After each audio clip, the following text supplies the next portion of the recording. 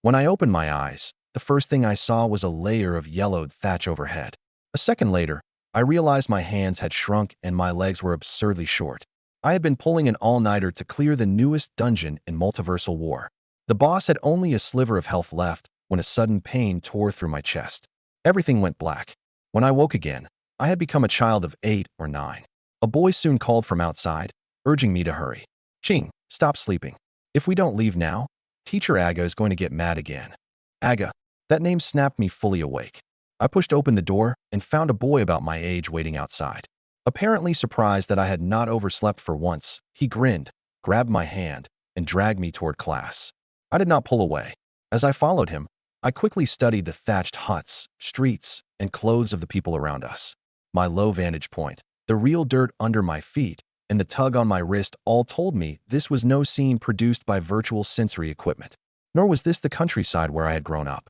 This was a branch civilization of humanity in Multiversal War, the Tark civilization.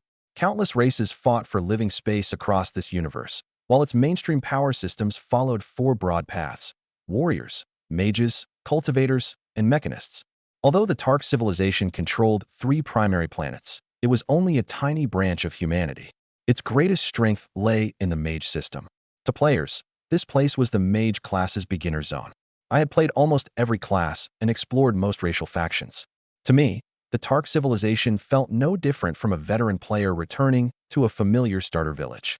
But the middle-aged man at the front of the classroom was what truly confirmed the timeline. He was Aga. I had seen him in the pre-launch lore trailers.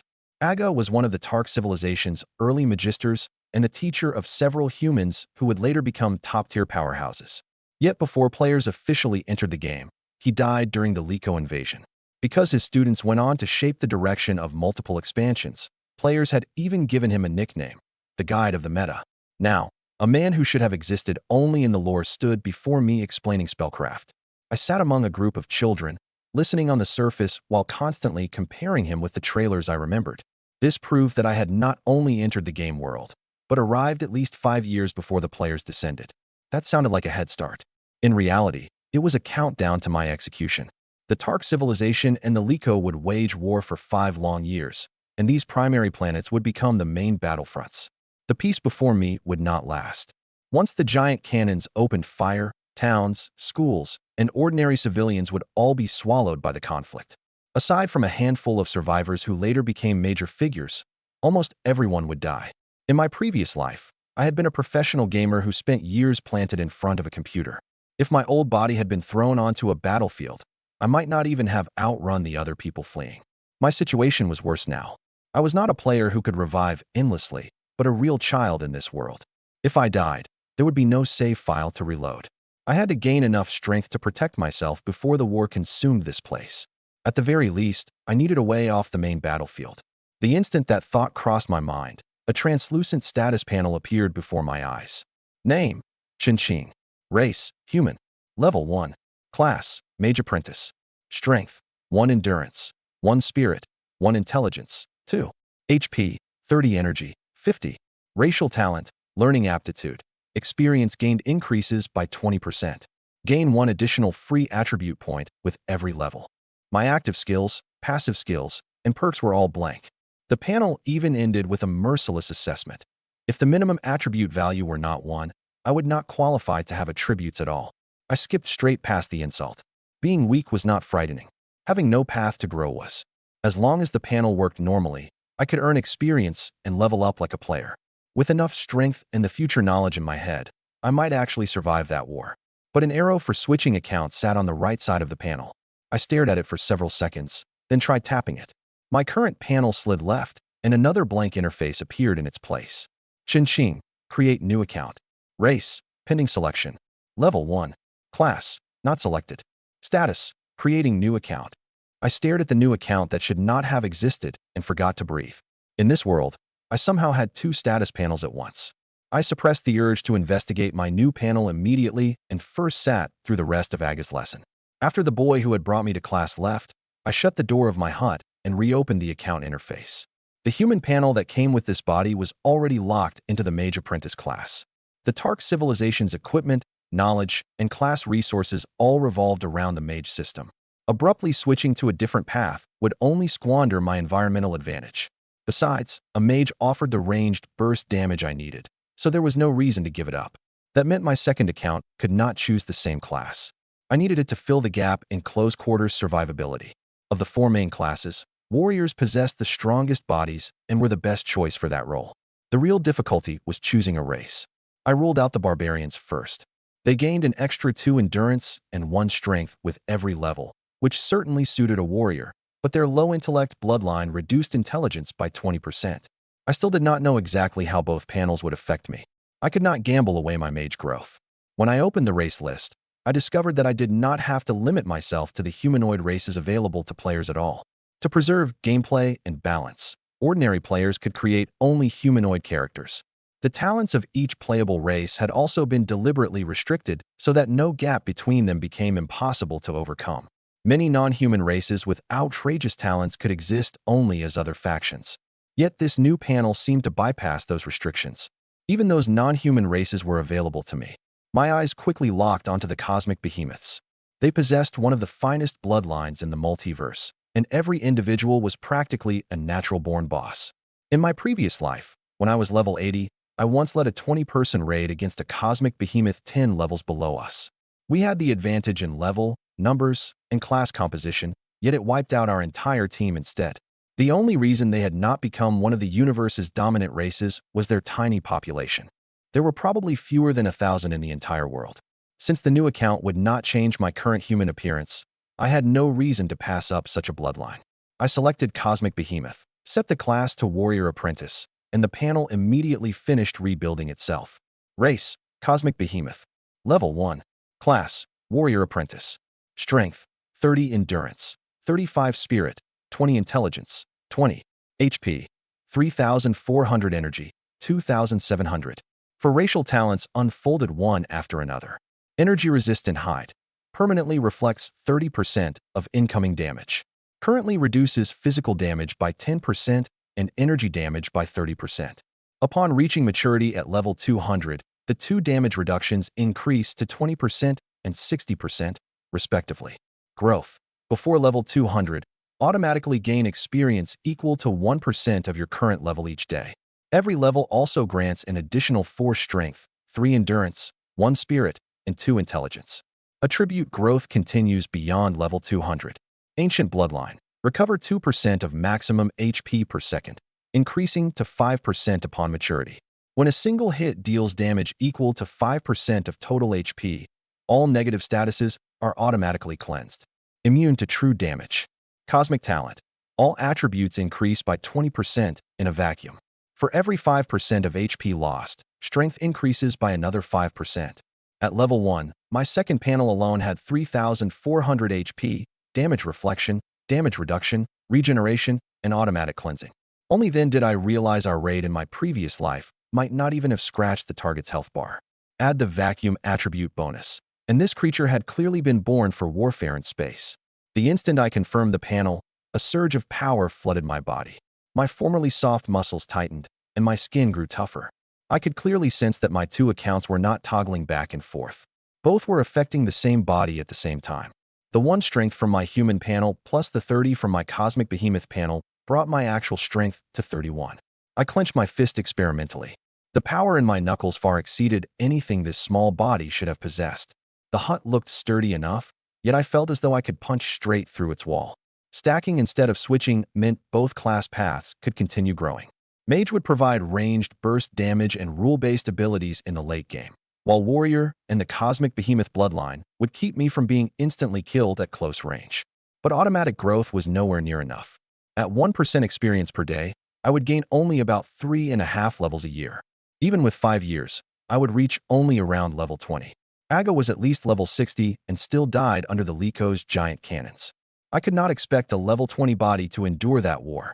That day's lesson had added about 2% to my experience bar. Together with the automatic growth, my total progress was only 3%.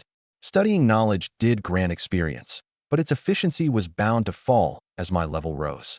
All of that knowledge came from Aga, so its ceiling was unlikely to exceed his own.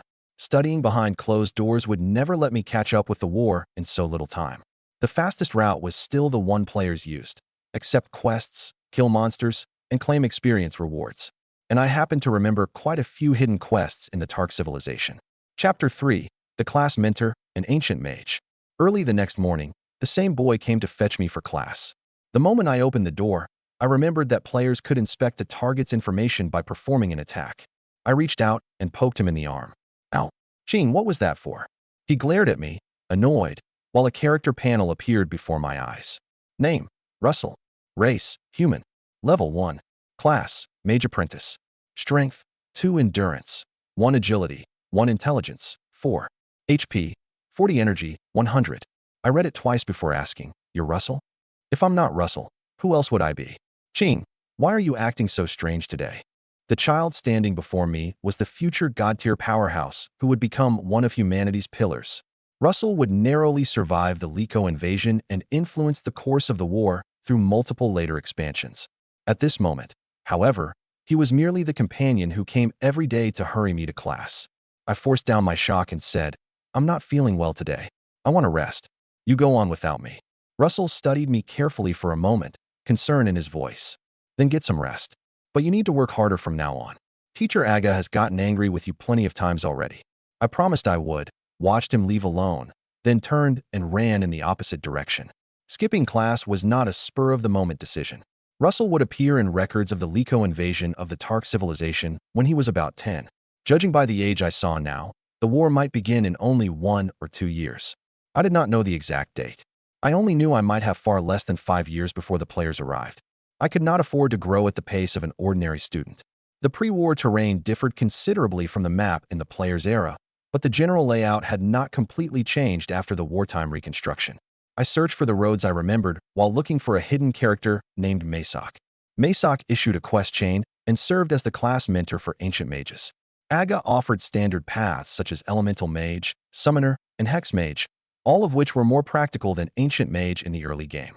Ancient Mages were notoriously weak before level 200, yet each expansion allowed only 5 class change slots.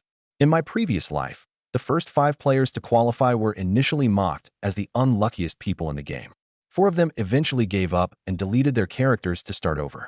Having so few slots did not mean the class was strong early. It meant the barrier to entry was high, its build came together slowly, and almost no one lasted until the class truly transformed. The only player who persevered to level 200 eventually changed classes into a grand space-time mage. His forbidden space-time spells dominated both group battles and duels, and he led a previously obscure club to a professional league championship. That was exactly the path I wanted. The Cosmic Behemoth bloodline was enough to carry me through the Ancient Mage's weak early game. Once I reached the late game, both classes would possess real frontal combat power. Since I had arrived in this world ahead of schedule, there was no reason to settle for whatever felt comfortable at the beginning. After walking for a long time, a familiar pond appeared ahead. It looked real, but it was actually an illusion created by one of Masok's restriction arrays. Intruders would only circle the area and never reach the wooden cabin hidden within. The restriction was also extremely durable, which was why this place remained largely undamaged through the end of the war. In the player's era, walkthroughs for this hidden entrance had been posted all over the forums.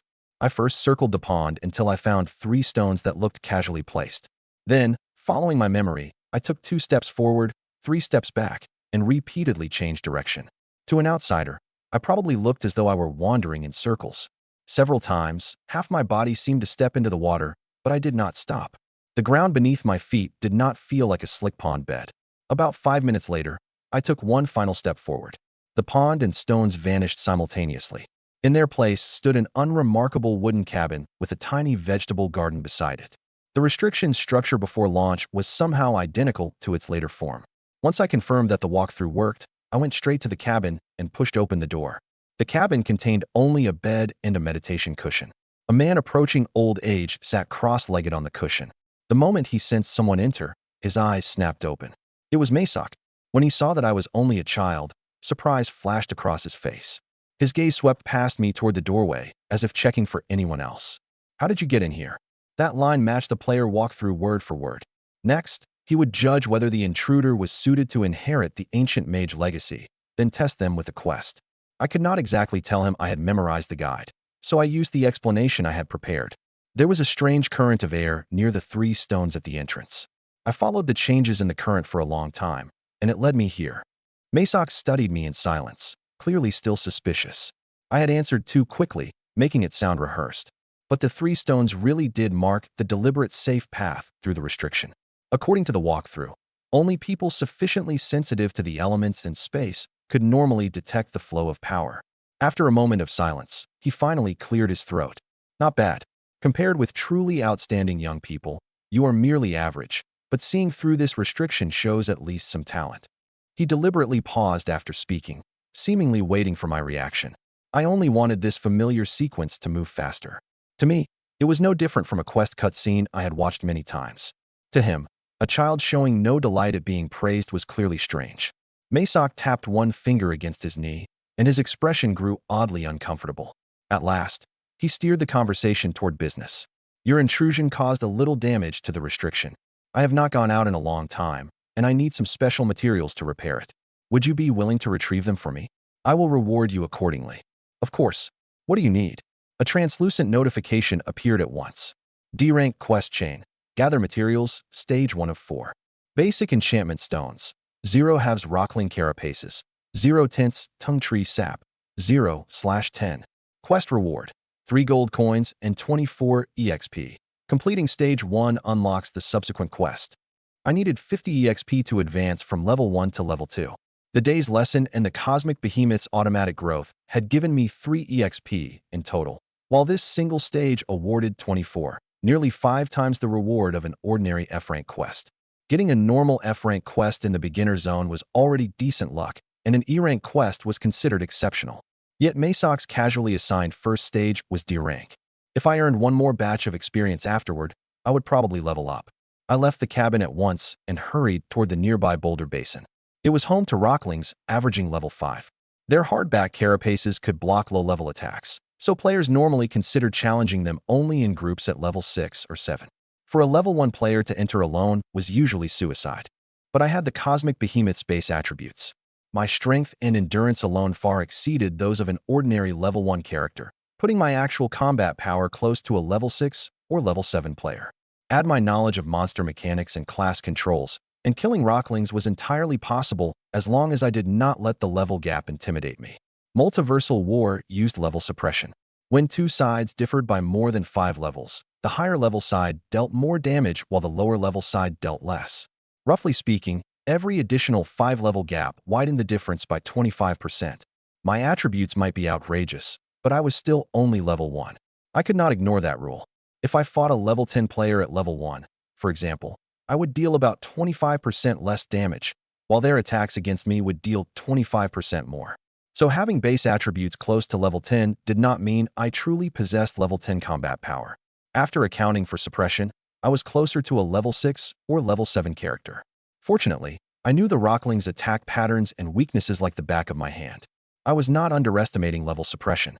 I had simply accounted for the monster mechanics, my base attributes, and my experience at the controls.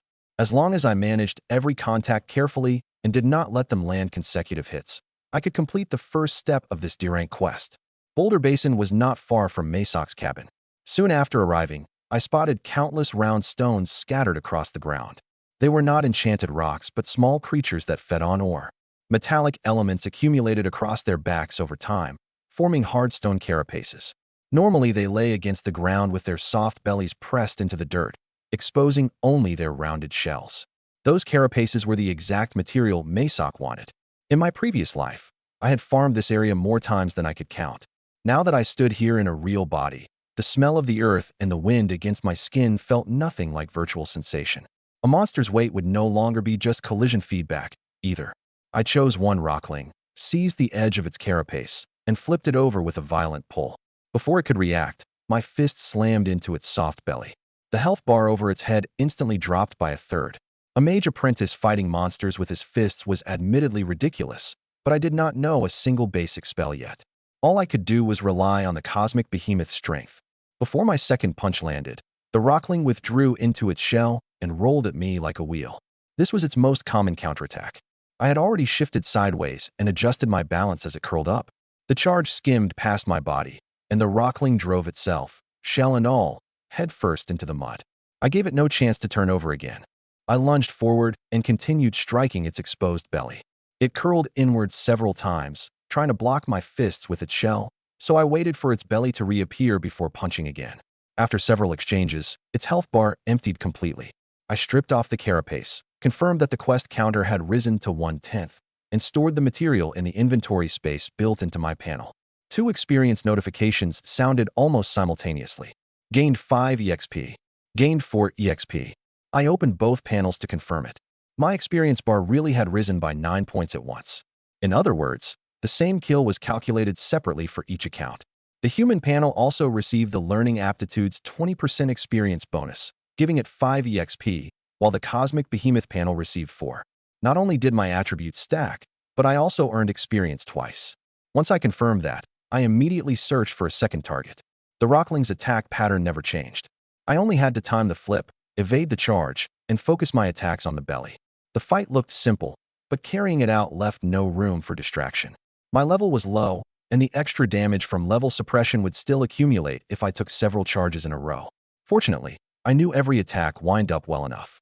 After defeating several Rocklings in succession, a level-up notification finally appeared. Level increased to 2. Gained 11 free attribute points. An ordinary race gained only 5 free attribute points per level.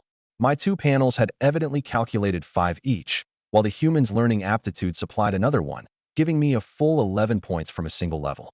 In addition, the Cosmic Behemoth's growth talent automatically added 4 strength, 3 endurance, 1 spirit, and 2 intelligence. The Bloodline's growth already covered strength and endurance, so I decided to spend all my free attributes on spell damage. To avoid being instantly killed, an ordinary mage commonly distributed 1 point to endurance, 1 to spirit, and 3 to intelligence. Almost no one dared abandon endurance entirely, but my second panel would keep replenishing my physical attributes. Continuing to spread my points evenly would only waste that advantage. After assigning 8 points to intelligence and 3 to spirit, my final panel became Race, Human/Cosmic Behemoth. Level 2. Class, Mage Apprentice/Warrior Apprentice.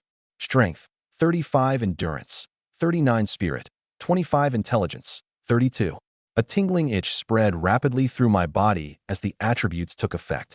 As my level continued to rise, this extreme distribution would gradually widen the gap between me and ordinary mages, perhaps even allowing me to challenge enemies dozens of levels above me. At level 2, I was still a beginner. Yet if a player of the same level stood before me, their base attributes could hardly compare with mine. And this was only the first complete payout from my dual panels. After I reached level 2, the Rocklings posed even less of a threat. I cleared out several more and finally collected 10 intact carapaces. The quest still required 2 basic enchantment stones and 10 portions of tongue tree sap.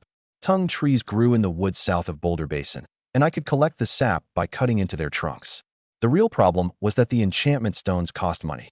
I had only 3 silver coins. At prices from the player's era, a basic enchantment stone cost about 4 silver, so I needed 8 for 2. Fortunately, I had also collected 10 bottles of blood while hunting Rocklings. The blood was an ingredient for healing salves and would sell to the magic shop for exactly 5 silver. The pre-war town differed from the map I remembered, and the magic shop was no longer in its old location. I searched along the streets for a while before spotting its familiar sign. The owner behind the counter was still Moha, an elderly dwarf who stood even shorter than I did now. He recognized me first. "Well, if it isn't little Chin Ching, Aga's student. Did your teacher send you to buy something again?" I had not expected this body to know him, so I could only play along. "My teacher didn't send me. I need 2 basic enchantment stones for a magic experiment." "How much are they?" Moha snapped his fingers, and 2 stones flew out of a cloth pouch into his palm. Faint waves of magic drifted from their surfaces. 5 silver each. 10 for both. That was 1 silver more per stone than I remembered. Even after placing all 3 of my silver coins and 10 bottles of Rockling blood on the counter, I could scrape together only 8. "Uncle Moha, I'm still 2 silver short, but I need them right now. Could you let me owe you the rest? I'll pay you tomorrow when I have the money." Moha looked at the blood on the counter, then at me, and his voice softened. "Your parents died in the war. It can't be easy for a child to live alone. I can give you these 2 enchantment stones now, but you need to do something for me." A new quest notification appeared. I needed the enchantment stones, so I immediately asked what he wanted. Moha placed the 2 stones in my hands, and the worry between his brows became plain. "My nephew Moji studies under Aga, just like you. A week ago, He disappeared after class and hasn't come home since. Can you find him and bring him back to the shop? F-rank quest, Moha's request. Objective, find Mage, who has been missing for 1 week, within 3 days. Reward, 5 silver coins and 8 EXP. If time expires, Moha's favor decreases by 10. Return both basic enchantment stones. 8 experience points were worth less than the dual panel payout from killing a single rockling. But I already had the enchantment stones, and failure meant giving them back. I had no choice but to accept the request and promise to return Mage as soon as possible. Missing person quests were common in beginner zones. Since Mage had vanished after class, the most direct approach was to ask his classmates at school. I scheduled that for the following day and focused first on completing Masok's hidden quest. Collecting tongue tree sap involved no combat. I hurried to the woods in the south, cut small openings in the trunks, and filled 10 containers one by one. Once I had all 3 materials, I returned to the area near the pond. This time, Masok did not make me navigate the restriction again. Instead, he opened a direct path to the cabin. I placed the carapaces, enchantment stones, and tongue tree sap on the table. Grandpa Masok, everything you asked for is here. He stood and counted through the items, nodding with satisfaction. These are exactly what I needed. With these, he stopped halfway through his sentence and suddenly looked up at me. Wait, how do you know my name is Masok? I don't believe I ever told you. My heart dropped. I had been so focused on turning in the quest that I had spoken a name I had no possible way of knowing yet. Masok was still waiting for an answer. I could not tell him I had seen his name in a walkthrough during my previous life, so I seized on one detail from my memory that could corroborate my story. Because the first time we met, you immediately sent me to gather materials. I was afraid you might be a swindler, so I asked Teacher Aga. He was the one who told me your name. In a later quest, Masok would have me deliver 10 gold coins to Aga's widow in his name. That proved he really did know Aga. As long as he did not confront Aga immediately, my explanation would hold for the moment. Sure enough, the suspicion in his eyes quickly faded. So you're Aga's student. No wonder your perception of magic is acceptable. But Aga is not good at teaching. If you keep following him, I doubt you will ever accomplish much. Masok cleared his throat twice after saying that, as though trying to hide something. I nearly lost control of my expression. Several of Aga's students would go on to shape entire expansions, so claiming he could not teach was impossible to defend. Still, Masok's decision to belittle Aga gave me the perfect chance to advance the quest. Teacher Aga is an amazing magister. I deliberately put on a defiant expression. You don't understand his knowledge. What gives you the right to say that? Masok's eyes widened. I don't understand. I am an ancient mage whose level is even higher than Aga's. But I've never heard of ancient mages. Teacher Aga can teach 3 different advanced mage paths. What can you teach? That question struck precisely where it hurt. Masok's face reddened, and his voice rose. Then I will pass the knowledge of ancient mages on to you. Let's see whether you can comprehend it within a week. If you fail, that will only prove my magic is more profound than anything Aga teaches. The quest notification finally appeared. D-rank quest chain. Comprehend ancient mage magic, stage 2 of 4. Objective. Raise the ancient mage exclusive skill basic primordial art to level 2. Time limit, 7 days. Reward, 3 gold coins and 27 EXP. Failure, Masok's favor decreases by 50, and the quest line is frozen. I accepted immediately. Masok handed me a spellbook containing the basic primordial art and warned me in particular. If there is anything you don't understand, you may come ask me. But if you still haven't learned it in 7 days, that will prove you lack the talent to inherit the ancient mage legacy. After that, you will behave yourself and study under Aga. I opened the book and pretended to study seriously while focusing on my panel. Ordinary people in this world had to master knowledge through comprehension and practice. With a player panel, I could read any skill book the moment I touched it. Passive skill, basic primordial art. Level 1. Effect, converts the magical elements within the body into higher tier primordial power. Each level reduces skill cooldowns and energy costs by 1% and increases energy recovery speed by 1%. Offensive ancient mage skills deal additional damage equal to current intelligence x 5% x skill level. When casting an ancient mage exclusive skill, each level adds a 1% chance to temporarily increase the caster's intelligence by 20%. The skill had many effects, but they also explained why ancient mages were weak early on. Low-level spells already had short cooldowns and small energy costs. Even raising the primordial art to level 10 reduced them by only 10%, hardly a decisive advantage. Before level 100, A mage normally had only 3 or 400 intelligence. The exclusive damage bonus was equally unimpressive when spell damage regularly reached into the thousands. Other hidden classes gained damage reduction, stronger attributes, or explosive burst damage during the early game. Ancient mages had to invest their growth in sustained casting capabilities that offered no immediate return.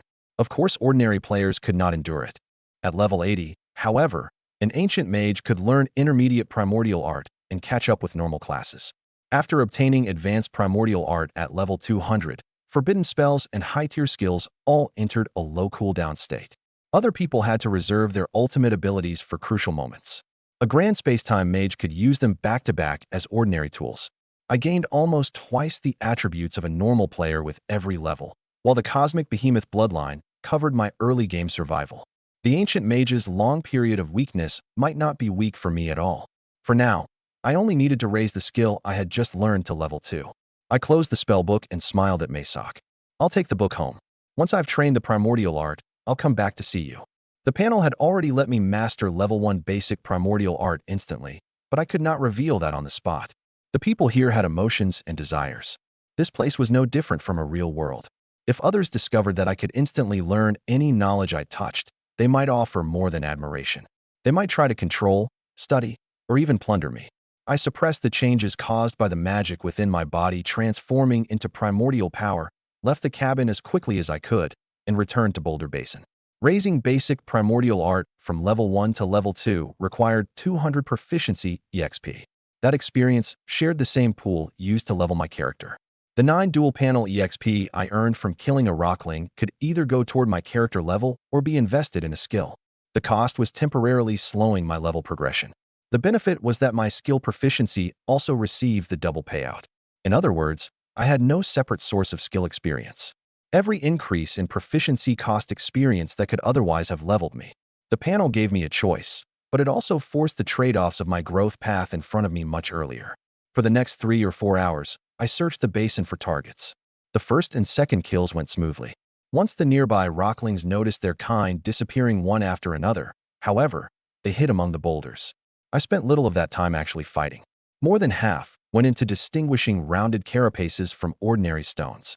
As the sun sank toward the horizon, I finally finished investing all 200 EXP into the primordial art. Basic primordial art increased to level 2. The primordial power inside me began circulating faster. The cooldown, energy cost, and recovery bonuses all rose from 1 to 2%. The change was not dramatic, but I could clearly feel my power flowing more smoothly than before. I did not return to turn in the quest immediately. Going from receiving the skill book to level 2 in a single afternoon was still impossibly fast.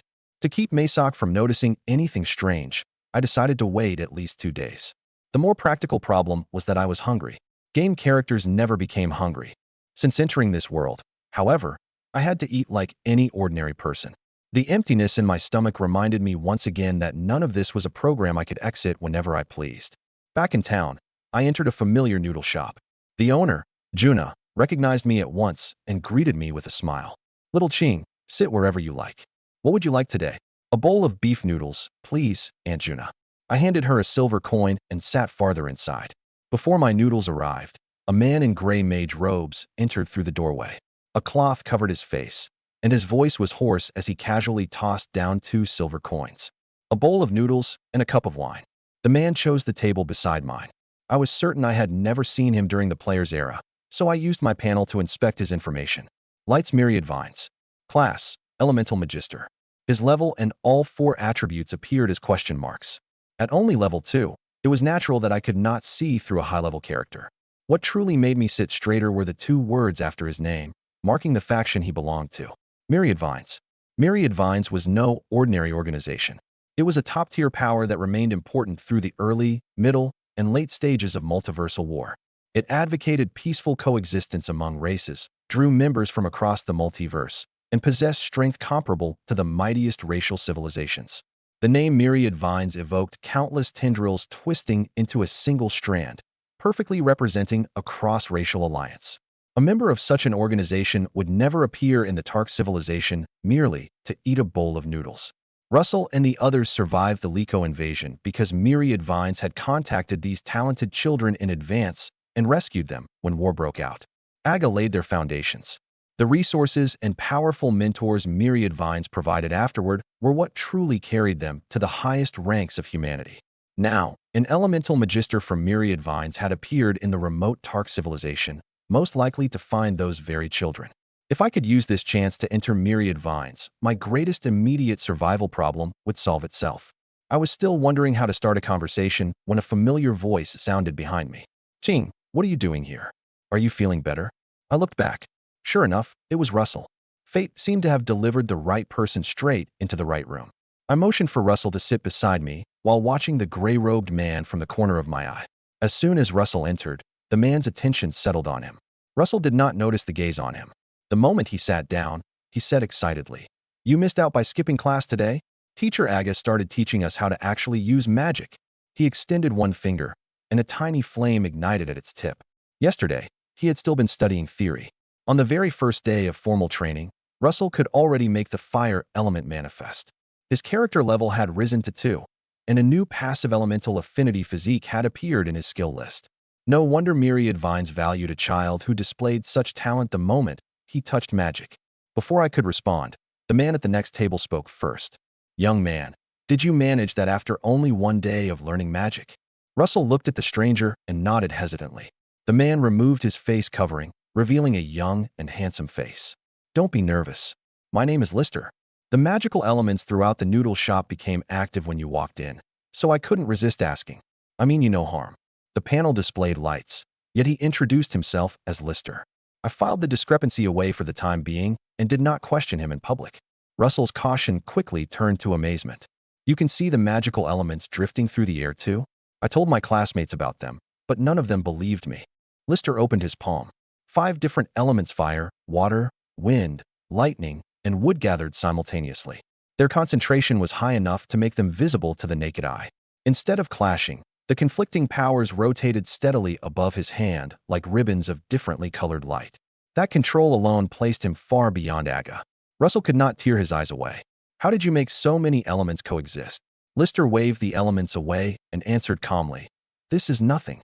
Elemental magic is far more interesting than you imagine, and countless mysteries are still waiting to be explored." Russell could no longer hide the longing in his eyes. Sitting beside him, I watched Lister capture his interest with one display of power and a few sentences. All I could do was sigh inwardly. That fool had taken the bait far too quickly. Lister began discussing light, darkness, and higher-level magical knowledge with Russell. He never directly belittled Aga. Instead, every answer naturally displayed the breadth of his own understanding. Russell became more absorbed by the minute and finally could not help asking, "You must be a greater elemental mage than Teacher Aga, right?" "Aga is an exceptionally well-rounded mage. I merely specialize in the elements, so we cannot be compared that way." Lister first gave Aga every courtesy before continuing. "Still, the Tark civilization's knowledge is indeed rather backward. With your talent, it would be a shame to remain here forever. You deserve a chance to see the wider universe." "The wider universe?" "There are elemental mages stronger than me out there, along with knowledge that is more advanced and complete. Some people have even touched the power of gods." Russell was about to ask another question when Lister stood. He took out a stone that radiated faint magic and pressed it into Russell's hand. "If you decide to leave the Tark civilization and see the outside world, crush this. I will sense your location and come for you." With that, he walked straight out of the noodle shop. Throughout their entire conversation, Lister barely looked at me. My 2 panels leveled directly through experience, so I did not possess any conventional cultivation talent that outsiders could perceive. The aura I exposed was also closer to that of the original human mage apprentice. Judging by his reaction, I was merely an ordinary child beside Russell. Being silently ignored was irritating, but I neither exposed his identity nor stopped Russell. Aga was no higher than level 80, while the threshold for changing classes into an elemental magister was level 150. Only by joining myriad vines could Russell reach a stage truly suited to him. The difference between his 2 mentors was not a matter of who cared more. Their ceilings of knowledge and tiers of resources were fundamentally different. If Russell was to reach the heights recorded in the old history, I had no reason to sabotage this encounter now. More importantly, Lister had already approached Russell. According to the timeline I knew, that meant the Liko invasion could not be far away. At most, it would begin in 6 months. I had to grow faster. Early the next morning, I got dressed and waited for Russell to fetch me. I had not suddenly fallen in love with class. I needed to investigate Moji's disappearance. I could delay Maesok for one more day, but Moha's quest had a 3-day limit. Aga was still lecturing on magic at the front of the room. After seeing Lister's power the day before, Russell's attitude toward learning had visibly changed. He did not lose focus once during the entire lesson, and his notes packed every page. The moment our 5-minute break began, I pulled him aside. Do you remember Moji, the nephew of Uncle Moha from the magic shop? He's a student in our class too. Russell thought for a moment. Of course, but he hasn't come to class in days. Did Uncle Moha stop letting him study? Moji is missing. Moha asked me to find him. Do you know where he went after his last class? Missing. Russell's expression immediately turned serious. I wasn't very close to him. I honestly don't know where he went. The quest was clearly more difficult than I had expected. I was about to ask the other students when a boy beside us suddenly interrupted. Moji, I think I know where he went. Russell and I turned at the same time. The speaker was a chubby, inconspicuous boy from our class. You know where Moji went? I asked at once. The chubby boy nodded. Moji and I are friends. We usually walk home together after class. The day he disappeared, he said he'd found somewhere fun and wanted me to go with him. I had to get home to take care of my familiar, so I said no. When he didn't come to class the next day, I assumed Uncle Moha had kept him at the shop to help out. This was not a peaceful world. Disappearances, wars, and sudden departures were hardly unusual. Even after Moji missed several days of class, the other students merely assumed something had come up at home. Where was this fun place? If you don't know the exact spot, even a direction will help. The boy visibly tensed. Silent Forest. That place is practically another word for death and terror. I warned Moji not to go. He said he would stay around the eastern edge and not venture deep inside. You can search in that direction, but you have to be careful. What kind of place is Silent Forest? That region had never appeared on any player map I knew. The boy looked astonished by my question. You've never even heard of Silent Forest? Didn't your parents use stories about it to frighten you when you were little? Russell cleared his throat. The boy realized his mistake and hurriedly apologized. I'm sorry, Chin-Ching. I forgot your parents died in the war a long time ago. I had no memories of this body's past and had never met those parents, so I shook my head and told him not to worry. His panel showed me that the chubby boy's name was Lockett. Russell was still uneasy. Ching, are you really going to Silent Forest? It's too dangerous. I'll only search the eastern outskirts. If I don't find any clues, I'll come back. I won't go deep into the forest. He could not change my mind, so he finally told me the route. Once I heard the location, I understood why the forest no longer existed in the player's era. This was the exact site where the Liko would later establish their invasion camp. To deploy their army, they most likely used giant cannons to clear the forest before building a base on its ruins. After the war, the Tark civilization converted the area into a magic academy. In my previous life, I had seen records of that history in the Academy Museum, but I never knew an entire forest had once stood beneath the buildings. With the clue in hand, I slipped out of the classroom while Aga was not looking. But instead of rushing straight to the forest, I first visited a magic scroll shop and spent 2 gold coins on copied tomes of Fireball and Palm Thunder. Both were introductory skills that a mage apprentice could master. To an ordinary person, the books contained knowledge that required repeated study. On my panel, they quickly became skills I could use directly. I then spent 1 more gold coin on an inferior horse. That exhausted all the cash I had. After riding out of town, I veered slightly away from Silent Forest and headed first for the neighboring Gree Plains. Both Russell and Lockett had instinctively shown fear when discussing the forest. The monsters there were clearly higher level than those in Boulder Basin. At only level 2, charging straight in would not be brave. It would be suicide. The Gree Plains were 1 tier safer, making them the perfect place to strengthen myself first. Flame wolves averaging level 8 lived on the plains. These pack-dwelling magical beasts could spit ghostly blue fire and were easy to aggro, which made farming them far more efficient than chasing rocklings that hid everywhere. Ordinary beginners could not withstand their magical attacks, but the Cosmic Behemoth gave me 30% energy damage reduction.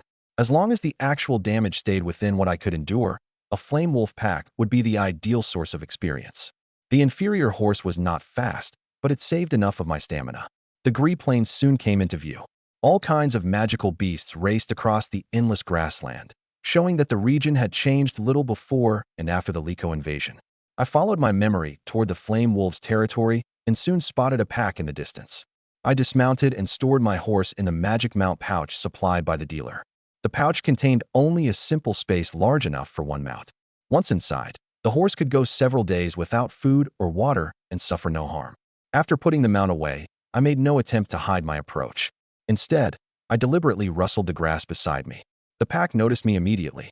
More than 20 flame wolves closed in from a distance. Before they could even surround me, several balls of ghostly blue fire were already streaking across the grass. I did not dodge the first flame. I stepped into it to test the damage. The fire struck my body. A crystalline sheen surfaced across my skin, and the blue flames burned for only a moment before going out. Received 24 damage. After reaching level 2, I had roughly 3,500 HP. The Cosmic Behemoth bloodline was also restoring my life continuously, at an observed rate close to 80 HP per second. 24 damage from one shot seemed small, but that was after 30% energy damage reduction. A normal level 2 player had only about 100 HP at most and could fall after taking 3 or 4 fireballs in a row. Besides, I could not turn my pain setting down to 5%. That last hit had felt as though my skin were held against open flame for several seconds. Every trace of pain reached my body undiminished. The pack quickly closed in from all sides. Some wolves lowered themselves to pounce and bite. Others raised their heads as flames gathered in their jaws. I did not stand still and absorb every hit. Using the tiny positional adjustments I had honed in professional competition, I continually staggered their attacks. Claws and fireballs swept within inches of my body, yet always missed by the smallest margin. If all 20-plus flame wolves hit together, their first volley could strip nearly 500 HP. Recovering 80 HP per second could erase scattered damage, but it could not refill my health through concentrated fire. I had to keep moving and reduce their numbers as fast as possible.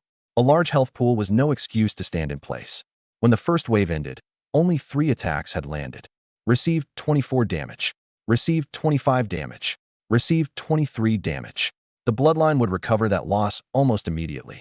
I sidestepped one wolf's bite, lightning bursting across my palm, and struck its back cleanly with palm thunder. Its health bar instantly fell by a quarter. The 3 hits had dealt just over 70 damage in total, barely less than my 80 HP per second regeneration. As long as I maintained that hit rate through the next wave, my health would not continue falling. Those numbers were the reason I dared search for an opening to counterattack while surrounded. I did not use Fireball because Flame Wolves possessed an innate 20% resistance to fire. At the same energy cost, Palm Thunder was more efficient. As the wolves continued compressing the space around me, I adjusted my position whenever they obstructed one another. I chose a single target each time and attacked it repeatedly. When the first Flame Wolf fell, 2 experience notifications sounded in succession. Gained 9 EXP. Gained 7 EXP. 16 dual panel experience A, full 7 points more than a rockling. Flame Wolves also did not scatter and hide when they encountered danger. Once the pack entered combat, it kept pursuing. The second, third, and fourth wolves fell one after another. The fewer that remained alive, the more gaps opened in their encirclement. I could even evade an entire wave of attacks.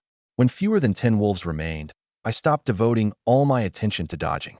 Damage reduction and regeneration neutralized the blue flames that struck me, while I harvested the remaining targets one at a time with Palm Thunder. 2 level-up notifications sounded one after another.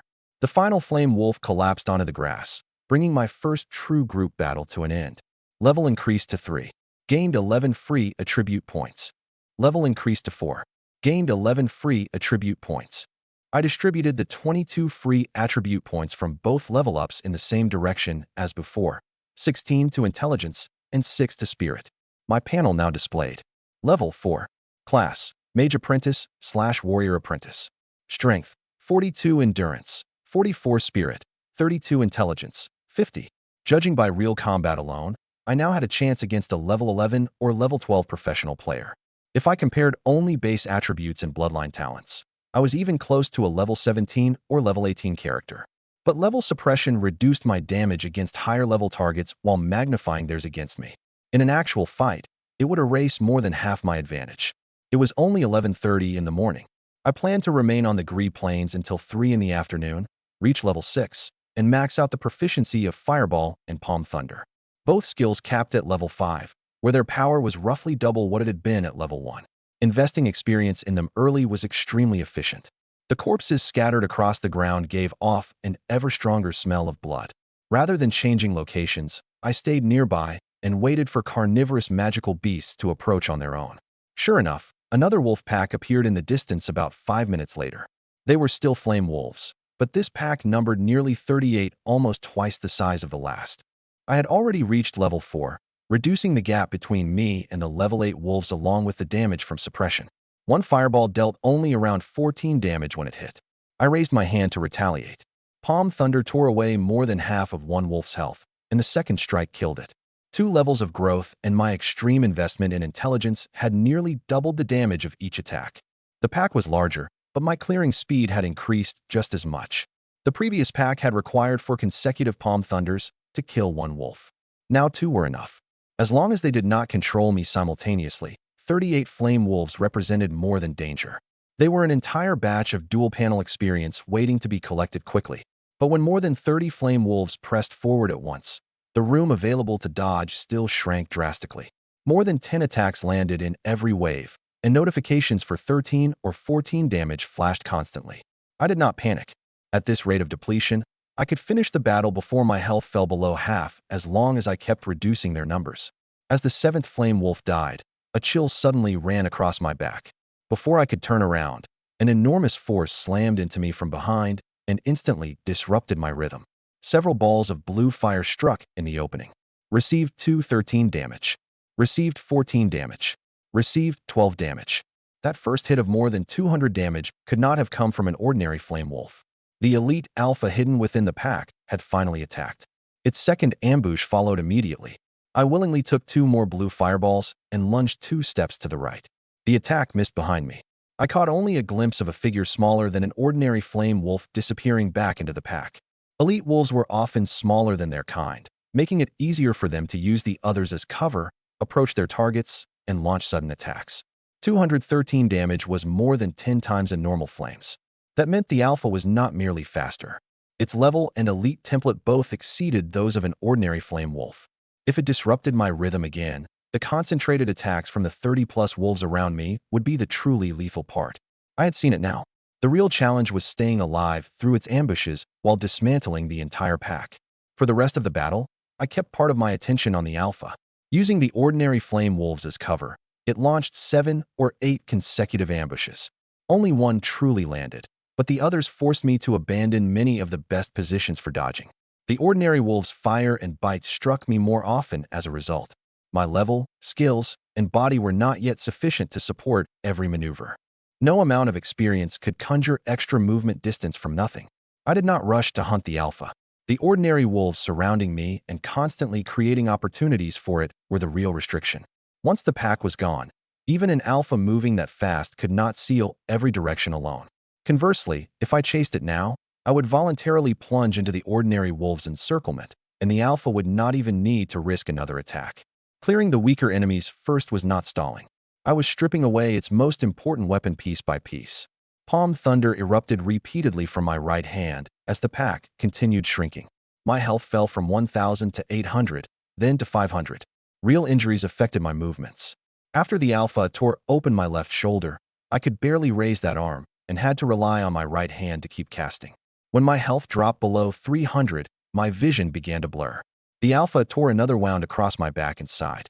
I staggered with the blow as though I had finally lost the ability to resist. That was the opportunity one had left for it and the one I had left for myself. Sure enough, the alpha leaped over the fewer than 10 remaining flame wolves and pounced personally. At the instant before we collided, I twisted aside. But instead of turning back to attack it, I fired Palm Thunder at the ordinary flame wolf I had just severely wounded.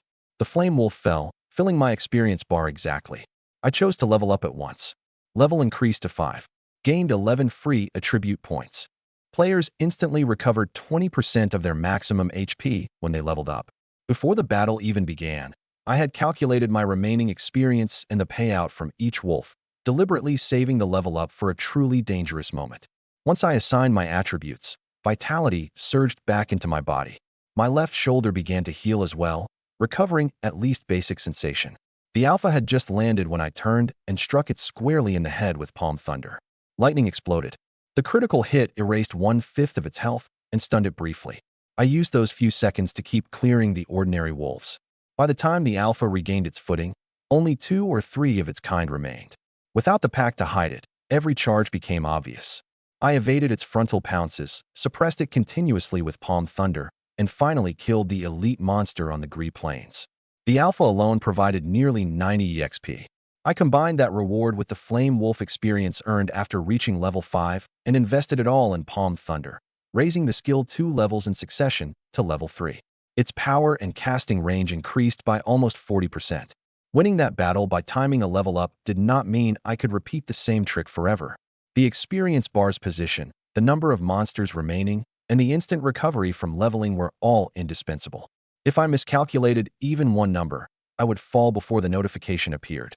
The claws, fangs, and eyes on the corpses covering the ground could all be sold, but I did not stay to collect them. Even after recovering some health through the level up, I still had only about 25% remaining, and my body was weak from severe injury. If another pack of the same size appeared, I might not be able to time a second level up. Painfully ignoring the loot, I summoned my inferior horse and limped away from the area where the smell of blood was strongest. The cosmic behemoth's regeneration quickly filled my health again. I did not leave the Gree Plains at once. Instead, I moved to a safer area and continued hunting isolated flame wolves. Around 3 in the afternoon, I reached level 6 and trained Palm Thunder to its level 5 cap. Only then did I ride toward the outskirts of Silent Forest. My body had healed, but the pain of my earlier injuries remained in my memory. Professional players usually increased sensory feedback for finer control, but gaming companies never permitted pain settings above 50%. What I had just endured was undiminished, 100% pain. Any injury could distort my movements and genuinely shake my will. The experience made one fact even clearer: high attributes did not make me immortal. On the other hand, if I could maintain my judgment through real pain, the ceiling of my control might rise again as well. The towering canopy of Silent Forest blocked out the sun, making the interior look like a region of darkness that constantly leaked cold into its surroundings. Even from the outskirts, I sensed something disturbing deep inside. A true boss probably lived there, not a low-tier elite like the Flame Wolf Alpha. That only made me remember its location. Multiversal War had a special rule. When a player killed a boss no more than 10 levels above them alone, they had a high chance of obtaining one of its skills. Active skills would eventually be replaced as a player leveled, but passive abilities could stack for the long term and were far more valuable than ordinary attacks. There were no players to compete with me for first kills yet, so in theory this was the best time to accumulate passive abilities. But the rule increased the reward. It did not bear the consequence of death for me. Seeing an opportunity and seizing it immediately were two different things. The players had not descended, and many of the world's bosses remained uncontested. Entering the forest now, however, would mean gambling my life on a drop. I marked the coordinates on my map and decided to return once I was strong enough. Following Lockett's clue, I searched along the eastern edge of Silent Forest. The magical creatures I encountered averaged around level 10 and were indeed more dangerous than those on the Gree Plains. Strangely, even after I had covered almost all the outskirts, the quest to find Mage gave no reaction at all. A normal missing person quest displayed a prompt when the player approached the target or a key location. Its silence left only two possibilities. Mage had ventured deep into the forest, or he was not in these outskirts at all. If it was the first, I could only give up. 2 enchantment stones and 10 points of favor were not worth exchanging for my life. Only a small section at the far eastern end remained unsearched on the map. Since I had come this far, I decided to inspect the final area before leaving. After I traveled a little farther, a stone platform covered in branches and fallen leaves appeared at the forest's edge. It resembled a small altar abandoned for many years. Yet someone had cleared one corner, moving the obstructing branches aside to reveal mysterious patterns carved into the stone. The traces were fresh, as though someone had visited within the last few days. I immediately thought of Mage and climbed the platform by following the cleared path. The long silent quest panel finally trembled faintly. The vibration grew stronger as a player approached a quest target. Its current weakness proved that Mage was still far away, but somehow connected to this stone platform. I was about to use the changing vibration to determine a direction when the patterns beneath my feet suddenly lit up. Faint light pulsed as if breathing. A moment later, the entire platform erupted with a blinding radiance. When my sight returned, I was no longer at the edge of Silent Forest. A dark valley I had never seen surrounded me. The woods were damp, and even the air felt utterly unfamiliar. At the same time, the F-rank missing person quest on my panel changed. Its rank leaped straight to C, and a chain of new quests extended beneath it. My pupils contracted when I read the descriptions. The panel first displayed the upgraded missing person quest. C-rank quest: find Mage. Objective: an unknown force has teleported Mage to an unfamiliar region, and danger is approaching. Find him within 24 hours and return him safely to Moha's magic shop. The quest fails if Mage dies. Reward: 1000 EXP, 20 gold coins. Moji's favor increases by 50. Moha's favor increases by 30. A permanent 20% discount at the magic shop, an enchanted wand, and the passive skill minor magic perception. Failure: Moha's favor decreases by 50. Lose both basic enchantment stones. The experience reward had jumped from 8 points to 1000, which meant the risk had risen from a routine search to something potentially fatal. Before I could even process that, 2 linked quests appeared. D-rank quest: Survive and Escape. Current situation: an ancient teleportation array has brought you into Liko territory. Find the return array and reach the Tark civilization before the Liko discover you. Danger level: Extreme. Time limit: 24 hours. Exceeding the limit or dying counts as failure. Reward: calculated according to a 1 to 5 tier quest rating. Each tier grants 300 EXP and 1 gold coin. A maximum rating of 5 also grants 1 random draw for a player class skill. D-rank quest: The Liko Threat. Objective: a teleportation passage to the Tark civilization exists within Liko territory. Return within 30 hours and report the information to Aga. Reward: 450 EXP. Aga's favor increases by 50. Tark civilization reputation increases by 50, and 1 piece of Tark civilization core magical knowledge. I stared at the words Liko territory and almost thought I had entered the wrong dungeon. I had spent all this time wondering how to avoid the Liko invasion, only for a teleportation array to send my level 6 self straight into their territory. Moji had obviously triggered the same platform by accident and vanished from Silent Forest in the same way. More clues connected at once. In the player's era, Moji never appeared in Moha's shop. The Liko also happened to launch their original invasion from Silent Forest. The most likely history was that after arriving here, Moji was captured by the Liko. They discovered the teleportation passage through him, secretly moved troops under the forest's cover, and waited until their strength was sufficient before suddenly declaring war. That was only an inference based on the war history I knew, but it was enough to show how dangerous the passage was. The Liko as a whole were weaker than humanity, but far stronger than the Tark civilization. Any formal soldier here could possess enough levels to crush me. I immediately hid behind a nearby tree, concealed my body, and observed the surroundings. The good news was that the arrival point lay in a damp, remote forest with no Liko activity nearby for the moment. The 2 planets had different time zones, and it was already deep into the night here. The darkness could help conceal me. The quest panel's tracking guide reactivated. I could follow the strength of its vibrations toward Moji while waiting for the clues to the return passage to unlock. If I was lucky enough, I could find Moji, find the teleportation array, and disappear before the Liko realized anything. But 1 C-rank quest and 2 D-rank quests were never going to hand me their rewards so easily. I suppressed my unease and entered the woods in the direction where the panel's vibrations were strongest. The Liko planet was hot and humid. I still could not actively adjust my body's temperature perception, which made every step uncomfortable. Worse, as the quest panel's vibrations strengthened, the trees around me grew increasingly sparse. Moji had no panel and did not know where he had been sent. He had probably started searching for signs of civilization along the forest edge after arriving. If he had already encountered the Liko, I had no confidence in rescuing him head-on. Lights soon appeared ahead. Beyond the forest stood a city filled with mechanical structures, automated equipment, metal buildings, and transport vehicles. After coming straight from the magic-centered Tark civilization, I felt as though I had stepped from an earlier age directly into the future. The quest guide vibrated most strongly toward the city. I had to accept that Moji had already been taken inside. If this were still an F-rank missing person quest, I would turn around immediately and search for a route home. But the quest had risen to C rank and become linked to my escape. Following the panel's guiding logic, I was unlikely to receive directions to the return array before finding Moji. Abandoning him would also mean leaving myself stranded among the Liko. I observed the city from outside for a while. It looked less like a military center and more like a remote agricultural city. Automated equipment cultivated vast fields, and transport vehicles carried crops to other regions. A city on the fringe normally had less security and surveillance than a core city, which aligned with the quest still being possible at C rank. Important cities in a technological civilization covered every entrance with surveillance and identity verification. At my current level, I could never bypass such a system. But the quest would not assign a player a completely impossible objective. There had to be a gap through which I could infiltrate this city. If even an agricultural border city was packed with military-grade recognition equipment, this task would be far beyond C rank. The difficulty assigned by the panel was itself information. The rescue was dangerous, but not entirely unsolvable. I could not relax because of that. I could only take it as confirmation that continuing to observe was not outright suicide.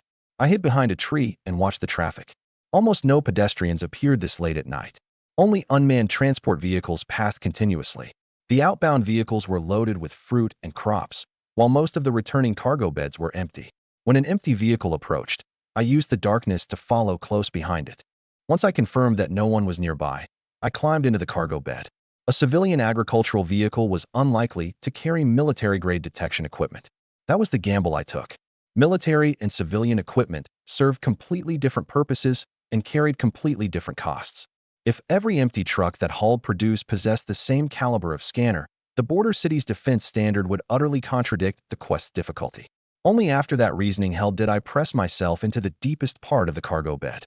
The transport passed through the city entrance without trouble and finally stopped inside an automated farm.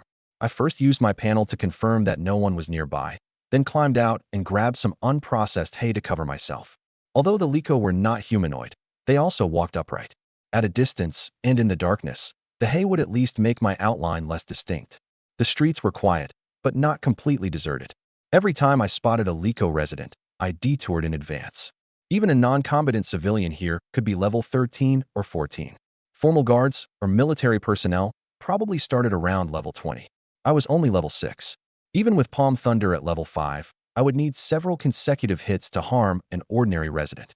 More importantly, any fight would expose me. I never treated the city as a leveling ground. Finding Mage and returning to the teleportation array remained my priorities. After I moved continuously through the shadows of the buildings, the quest panel finally led me to a sealed structure. Through a window, I saw rows of metal cages. Mage was locked inside one of them. The building belonged to a slave company. Wars had raged across the multiverse for ages, and captives of every race were openly bought and sold. In many civilizations, slave companies were even legal businesses. Dwarves held low status in interstellar society, and only a few civilizations, including humanity, were willing to accept them. As a young dwarf, Mage could easily become a high-priced commodity after his capture. The problem was that slave companies typically used intensive surveillance and armed guards to prevent uprisings. Personnel in the level 30 or level 40 range might be stationed inside. I had no chance of forcing my way in head-on. As I searched for an entrance, a human came around the corner. Electronic shackles encircled his ankles, and he carried a bag of food. He was preparing to swipe a card at the door. The electronic shackles were linked to an implanted chip. If a slave left an authorized area or attacked someone, the chip would explode. This man probably delivered meals to the prisoners over the long term and therefore possessed a keycard for the first floor. The shackles both restricted his movement and proved that the Liko did not regard him as one of their own. But I could not assume that meant he would help me. The chip, years of control, and the pressure to survive could all make a human see the slave company as the only order he could rely on. The middle of the night was no normal time to deliver food, and I could not guess why he had appeared now. But that keycard was the only visible way inside. Waiting longer would only increase the risk of a patrol discovering me. I circled behind him after confirming that both ends of the street were temporarily empty. I suddenly pinned both his arms and covered his mouth before he could make a sound. Don't shout. I'm human too. His eyes held only fear, with no intention of cooperating. I thought he wanted to answer and loosen my hand. He immediately screamed, "There's an intruder." I had no choice but to strike him twice in succession with Palm Thunder, disabling him before he could finish raising the alarm. The man had clearly grown up under Liko control. Sharing a race did not mean sharing a side. I took his keycard and swiped open the outer door before anyone inside could respond. Every prisoner in the cages looked over at once. Mage recognized me first from the corner. "Chin-Ching, is that really you? I'm here to take you home. We don't have time. I'll explain once we're outside." I pressed the keycard to the reader on his cage, but a cold mechanical voice sounded at once. "Insufficient authorization. Dangerous behavior by slave detected. Initiating implant detonation." A muffled blast came from outside. Even though I had already incapacitated the cardholder, the system still classified an attempt to open the cage as betrayal and activated its punishment protocol. The card could open only the building's outer door. It could not release the prisoners. I inspected the alloy cage door. My current strength could not damage it at all. The man's shout had already exposed the intrusion. Continuing to experiment on the first floor would only leave me waiting for the guards, and I could not even open Moji's cage. If I wanted to take him away, I had to obtain a higher authorization keycard before armed personnel arrived. Once the guards reached the first floor, I would have neither an identity to explain my presence nor enough levels to force my way out. Only two choices remained: abandon Moji and flee alone immediately, or risk going upstairs for a keycard before the enemy completed its encirclement. But the return guidance might not activate until I found Moji, meaning the first choice could leave me trapped among the Liko all the same. The thickness of the alloy door also eliminated any possibility of breaking it by force. Palm Thunder required several hits even against an ordinary civilian. I could never melt through a cage designed for high-level slaves before the guards arrived. Inside a nearby cage, a muscular man covered in scales rose to his feet. "Kid, I know where the high-level keycard is. Once you get it, you have to free me first." My panel could not display his level or attributes, which meant we differed by at least 30 levels. Many prisoners in the other cages were at a similar level. Freeing them would both fulfill our agreement and keep the Liko from pursuing only Moji and me. Deal. Once I get the keycard, I'll release everyone. That was not an impulsive promise. The panels of many nearby prisoners displayed only question marks, proving they were at least 30 levels above me. The more powerful people I released, the harder it would be for the Liko to focus only on Moji and me. Once the chaos spread, my chances of taking him out of the city would increase as well. Nor had I promised to release Tingran alone. If the other high-level prisoners remained confined, the Liko could still concentrate their main forces on a few escapees. Only opening every cage would scatter the pursuit in earnest. The muscular man gave a faint smile. "The keycard is in the first room on the right upstairs. But there's a guard there. With that little body of yours, try not to get torn apart before you even see the card." I was about to ask about the guard when another prisoner called to me from the side. "Kid, come here. I have something that may give you a better chance." The prisoner spat out 2 scrolls he had kept hidden in his mouth. They fell outside the bars. I saved them before I was captured. One is a damage scroll, and the other inflicts weakness. Take them both. I picked up the scrolls, and my panel immediately displayed their detailed effects. D-rank scroll, Windfrost. No level restriction. Mage classes only. Costs 200 energy. Deals 3000 plus caster's intelligence x 2 true damage and slows the target for 10 seconds. Slow strength is affected by the level difference between both sides. D-rank scroll, Enfeeble. No level restriction. Mage classes only. Costs 400 energy.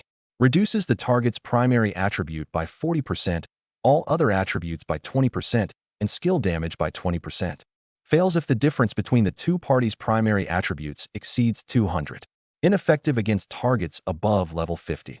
This was the kind of assistance a level 6 character needed to complete a C-rank quest.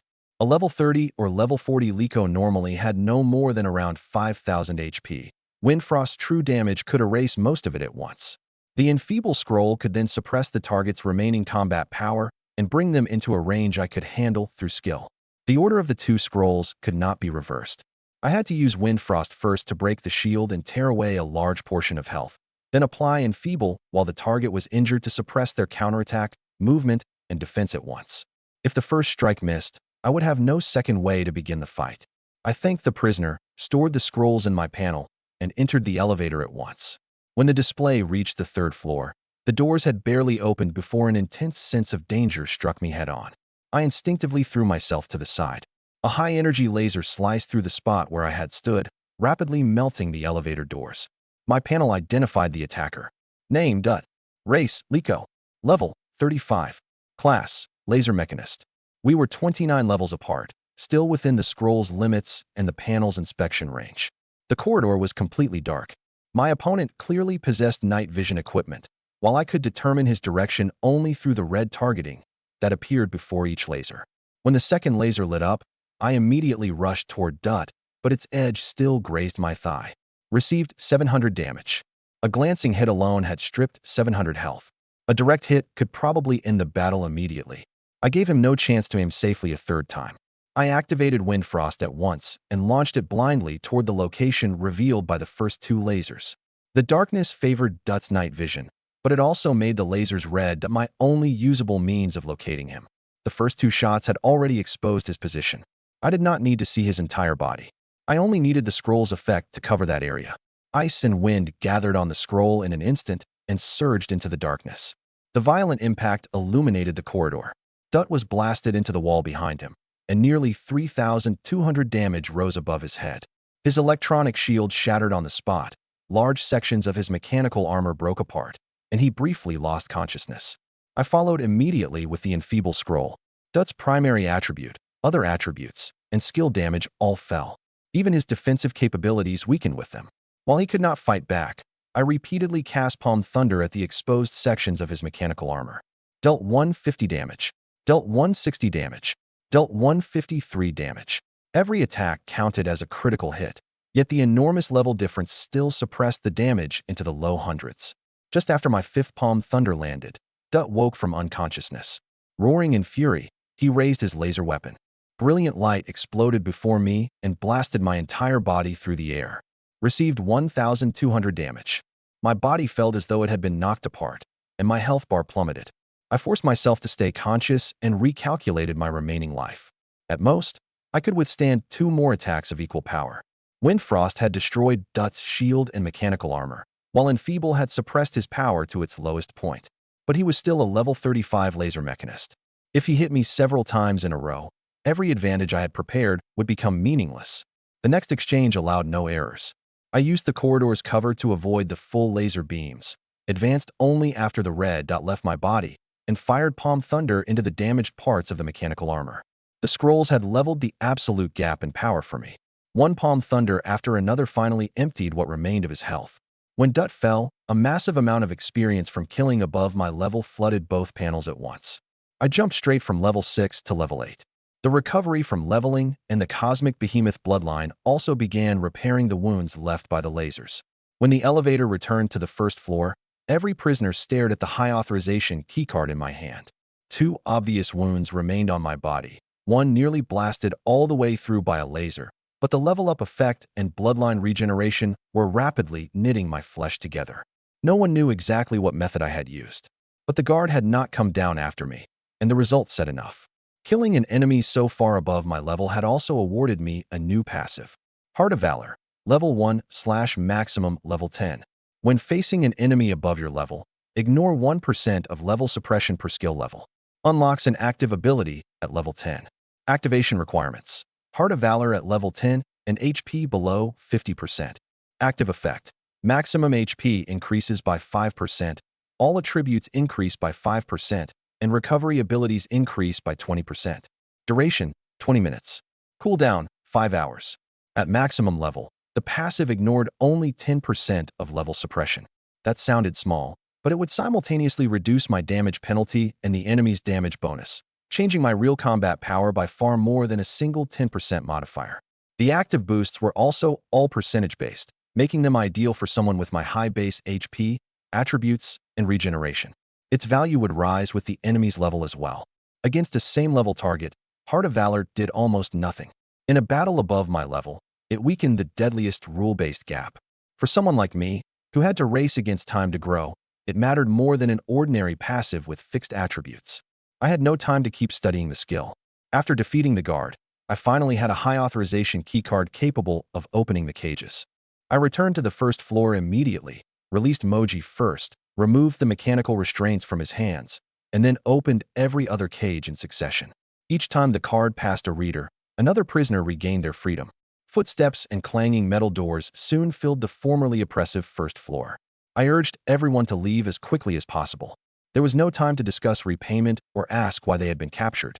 The scaled, muscular man stepped out of his cage and looked at me earnestly. "Kid, I owe you my life. If we make it out, come find me among the serpent folk if you ever need anything. My name is Tengran.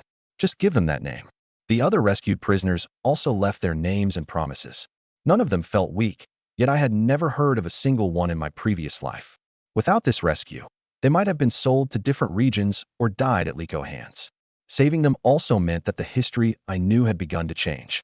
Such deviations were not a matter of whether I wanted them. They had been unavoidable from the moment I entered this world. The instant everyone stepped out of the slave company, alarms rang across the city. After I rescued Moji, the quest panel finally began guiding me toward the return teleportation array. It pointed straight toward the forest I had passed while entering the city. I grabbed Moji and ordered him to stay close.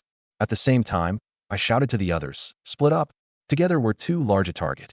They'll catch everyone. Several lasers shot toward us from the distance. Tingran turned and blocked the attack aimed at him, but two other newly freed prisoners were knocked down. Seeing that the pursuers were already close, he stopped arguing, shouted, "Run!" and charged in the opposite direction from me. The others quickly scattered. I followed the quest guidance toward the edge of the city with Mage, not daring to stop for even a moment. Explosions and energy fluctuations behind us kept drawing closer. I did not look back. Dragging Mage with me, I charged all the way toward the edge of the city. Whenever we encountered Liko civilians, I went around them if they did not interfere. If anyone tried to block us, I used Palm Thunder to open a path as quickly as possible. This was an escape for our lives, not a dungeon I could retry endlessly. Stopping even once might let the building's guards and the city's armed forces catch our trail again. I had no time to confirm whom I had knocked down. All my attention had to remain on the route ahead. I invested all experience earned during the escape into Heart of Valor, raising it to level 2. More intense battles continued to erupt in the direction Tingran and the others had fled. They had drawn the city's main armed forces, so no organized pursuit appeared along Moji's and my route. Once we burst through the city gate, the quest panel's vibrations strengthened steadily, proving the return array was ahead. As long as no weapon of war sealed the area directly, I had a chance to reach the Tark civilization before our pursuers arrived. Only then did I dare make a rough assessment of the situation behind us. The explosions remained concentrated in the direction Tingran and the others had taken, which meant those level 40 powerhouses really had pulled the main aggro. The larger the target, the less likely the city's forces were to let it escape. Moji and I were two children whose combined levels did not even reach 10, and that had unexpectedly bought us a brief opening. We plunged into the damp woods and followed the vibrations to a clearing. Patterns on a stone platform lit up again. Moji and I stepped into the center of the glow, and a second later, we returned to the eastern side of Silent Forest. I never stopped to look behind me until the light completely enveloped our bodies. The quest guidance could show me the passage, but it could not block our pursuers. Any attack that caught us before the teleportation finished could ruin the entire rescue. Only when my feet touched familiar ground did I truly exhale. I saw no one behind us and had no way to know whether the Liko had gained other clues from my infiltration. For now, I could only finish what lay before me. I brought Moji back to the magic shop. The moment Moha saw his nephew, he rushed forward and demanded to know where he had been all these days. Then he shoved the rewards he had prepared into my hands. The C-rank missing person quest officially settled. 1,000 EXP, 20 gold coins, increased favor with Moji and Moha, a permanent 20% discount at the magic shop, an enchanted wand, and the passive minor magic perception. Those rewards far exceeded the original F-rank request, matching the dangers I had actually faced. The permanent discount would keep lowering the cost of future materials. The wand and passive would immediately change my combat and detection capabilities, rather than providing only one-time experience and coins. Magic perception could identify the approximate strength and affinity of nearby magic. Its effect was limited on its own, but as a passive, it carried no burden. The enchanted wand was even more practical.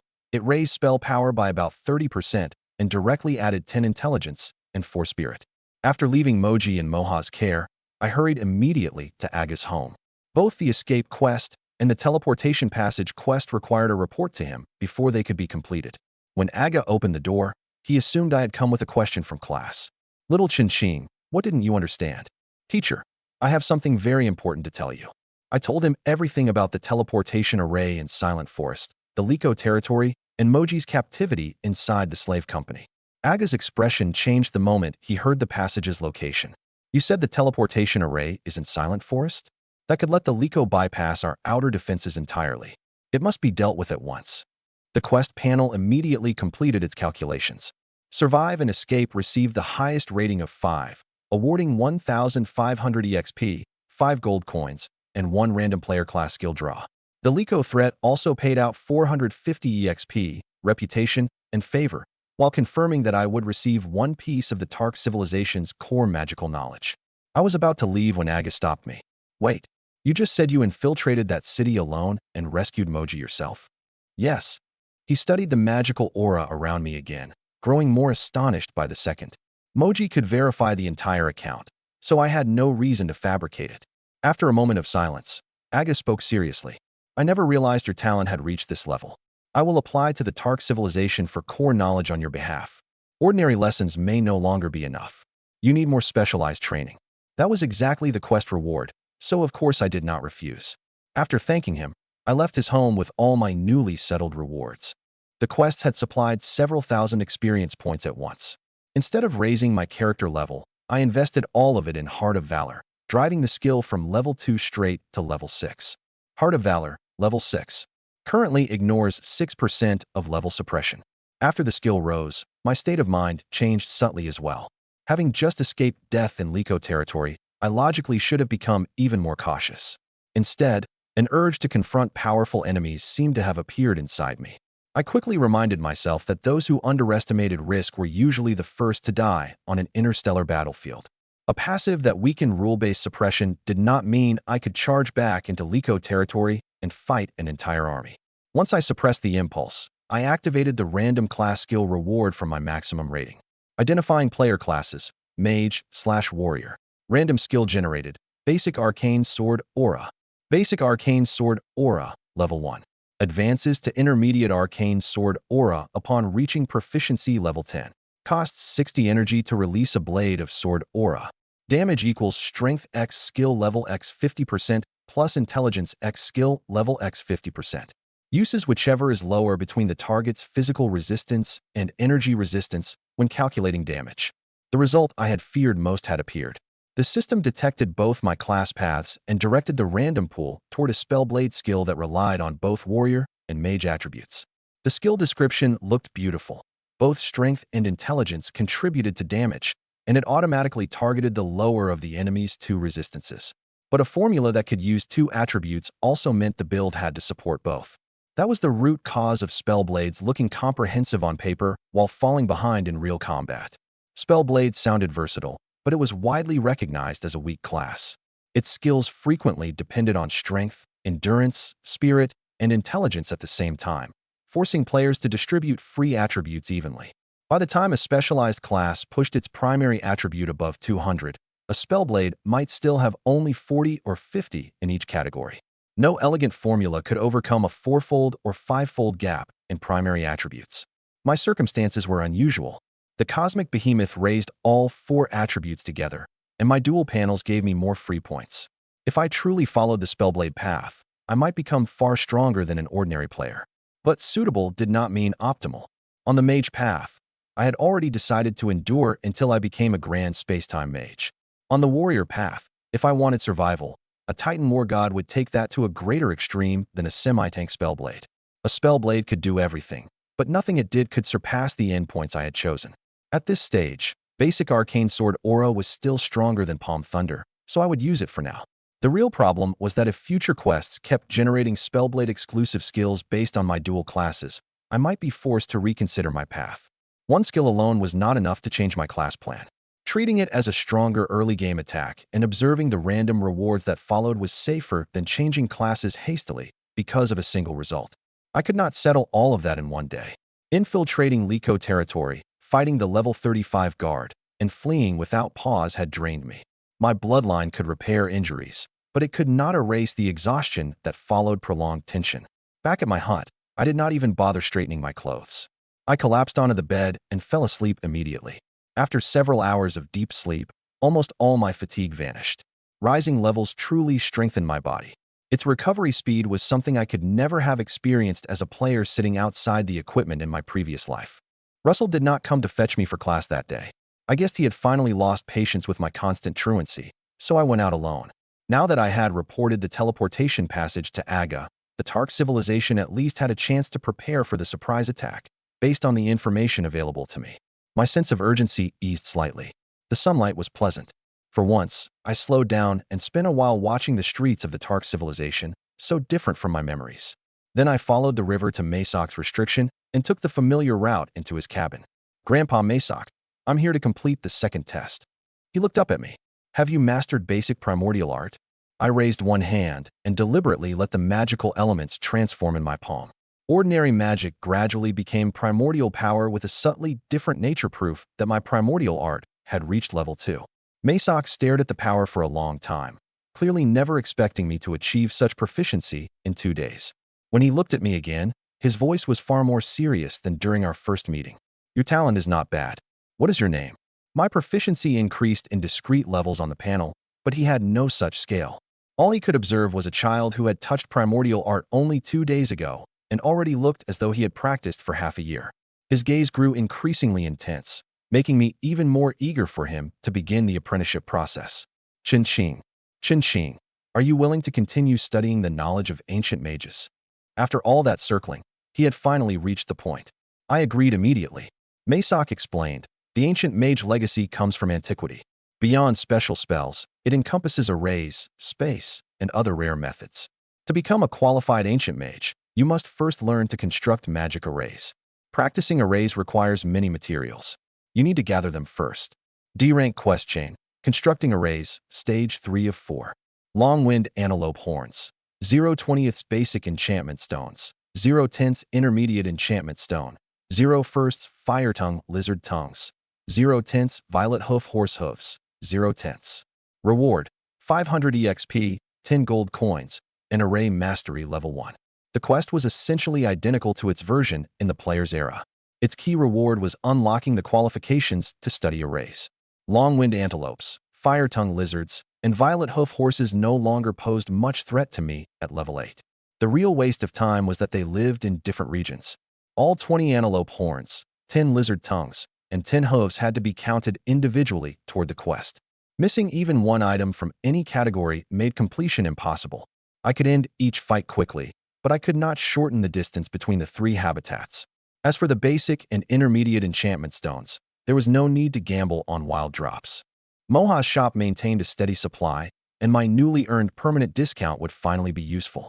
The savings were not large, but they proved that the rescue quest's reward would continue affecting the quest chain that followed. I rode my inferior horse back and forth until I finally gathered all 3 monster materials near dusk. Then I returned to Moha's shop, used the permanent discount to buy 10 basic enchantment stones and 1 intermediate enchantment stone, and hurried back to Masak's cabin. The repeated long-distance travel left the inferior horse panting constantly. If I kept running field quests this often, I needed to earn enough money for a faster, more durable mount as soon as possible. When Masak saw every material on the table, he praised my effort in an exaggerated tone. After the quest settled, the first entry finally appeared in my previously empty perk list. Perk: Array Mastery, Level 1. The moment the 3rd stage ended, Masak handed me 3 array manuals. You are now qualified to learn. Master these 3 basic arrays to a sufficient degree, and I will give you the complete Ancient Mage legacy. D-rank quest chain. Studying arrays, stage 4 of 4. Objective: learn the knowledge from all 3 array manuals and raise each skill to level 2. Reward: 1000 EXP, 10 gold coins, and completion of the Ancient Mage class change. After my panel read all 3 books, their skill information appeared one by one. Array, Foundation, Passive Skill, level 1 out of 10. Each level increases the effect of all Ancient Mage arrays by 2%, construction speed by 5%, and improves array skill cooldowns by 2%. Array, Chaotic Gale, Offensive Active Skill, level 1/10. Gathers wind elements remotely to form a Chaotic Gale array, dealing continuous damage equal to Intelligence X skill level per second. Duration depends on primordial art level. Costs 70 energy. Array, Earthen Bastion, Fixed Defensive Active Skill, level 1/10. Uses earth elements to form an array around the caster. Each instance negates damage equal to 350 plus Spirit X skill level. Costs 140 energy. The array is destroyed after total absorbed damage exceeds 5 times the per instance negation value. The Earthen Bastion array was exactly the defensive method I had lacked. Chaotic Gale provided sustained damage, while Array Foundation strengthened every array at once. At last, my combat options extended beyond Palm Thunder and absorbing attacks with my body. More importantly, the panel did more than grant me a casting button after reading a skill book. The array structures, elemental flows, and construction principles entered my memory directly. I understood and could actively control every component. Unlike players who cast from fixed templates, that real understanding let me adjust the details to suit my surroundings. I had left all the experience from hunting materials and completing quests and used specifically to satisfy the 4th stage quickly. Leveling the skills instantly in front of Masak would be far too conspicuous. Only after carrying the 3 books home did I divide the experience evenly among them. All 3 skills had to reach level 2, so specialization was pointless. If I poured everything into Chaotic Gale first, my offense would improve immediately, but the quest chain would remain incomplete. Equal investment was the only choice that both unlocked my class change and avoided wasting any basic ability. Array Foundation increased to level 2. Chaotic Gale increased to level 2. Earthen Bastion increased to level 2. The fourth stage immediately became eligible for settlement. I invested all remaining experience into basic primordial art, raising it from level 2 to level 4. New knowledge and insights flooded my mind again. My attributes did not increase noticeably, but my overall combat power changed enormously. Looking at the still unmaxed primordial art, Heart of Valor, and 3 array skills on my panel, I felt the pressure of experience for the first time. The more core abilities I obtained, the more proficiency experience they required. Double experience could accelerate my progress, but it could not fill the sink created by every skill. From then on, every batch of experience would have to be redistributed between my character level and several core skills. Another powerful skill did not mean only another button. It meant another growth track that consumed experience without end. If I wanted to pull ahead in early game combat power, I would still need an enormous amount of fighting. Before returning to complete my Ancient Mage class change, however, I decided to see Aga and collect the Tark Civilization core knowledge he had applied for. I arrived early at the classroom the next day. Aga sat behind the lectern reading a thick spell book. When I entered, he handed me a black page with no writing on it. "This is an inheritance page," he explained. "Core knowledge must remain strictly confidential. Only its designated recipient can activate it with their own magic. If anyone else tries to use it by force, the page will destroy itself." I slowly poured magic into the page. Faint light surfaced across its black face, and then the entire sheet dissolved into my palm. A vast amount of knowledge and insight entered my consciousness directly, while an entirely new section appeared on my panel. Core Knowledge, a specialized knowledge system distinctly different from mainstream knowledge. Those who master it gain greater potential and a broader perspective on cultivation. Tark Civilization Core Knowledge, Magic. Magic consumption decreases by 10%. Skill cooldowns decrease by 5%. Magical damage increases by 20%. When receiving magical damage, recover energy equal to 20% of the damage received. When dealing magical damage, recover HP equal to 10% of the damage dealt. Energy recovery speed increases by 20%. Permanently gain 5 strength, 5 endurance, 8 spirit, and 10 intelligence. This was only the core knowledge of a small civilization, yet its boosts already covered damage, cooldowns, consumption, recovery, and permanent attributes. I finally understood why important figures from major factions could often fight more than 20 levels above themselves. They possessed far more than ordinary panels and additional passives. They had foundational civilization knowledge that outsiders could never acquire through normal means. The effect that restored 10% of magical damage as HP paired especially well with my high intelligence. The stronger my attacks, the more life they returned. Stacked with the cosmic behemoth's regeneration and damage reduction, my endurance in prolonged combat would increase even further. The Tark civilization might have only a small amount of core knowledge for each class path. A universe-spanning, cross-racial organization like Myriad Vines probably preserved dozens for the same class. Once Myriad Vines selected Russell, he would eventually gain access to those resources too. When I finished absorbing the inheritance, a new title appeared in my title list, Future Light of Tark. It increased my reputation and favor within the Tark civilization, but provided no direct combat attributes. Since I still planned to leave this place in the future, the title had limited long-term value, though it would make my current actions much easier. Students entered the classroom one after another. I quickly noticed that several were absent, including Russell. Aga showed no obvious concern, but I suspected Lister had already begun tutoring those talented children privately. During the break, I slipped out of the classroom and went to Russell's home. His house stood only 2 streets away, and I found the door quickly. Russell was absent, but a woman named Maris leaned out. "Little Chin-Ching, are you looking for Russell? He found a new teacher 2 days ago and went to train with him. Come back in a few days."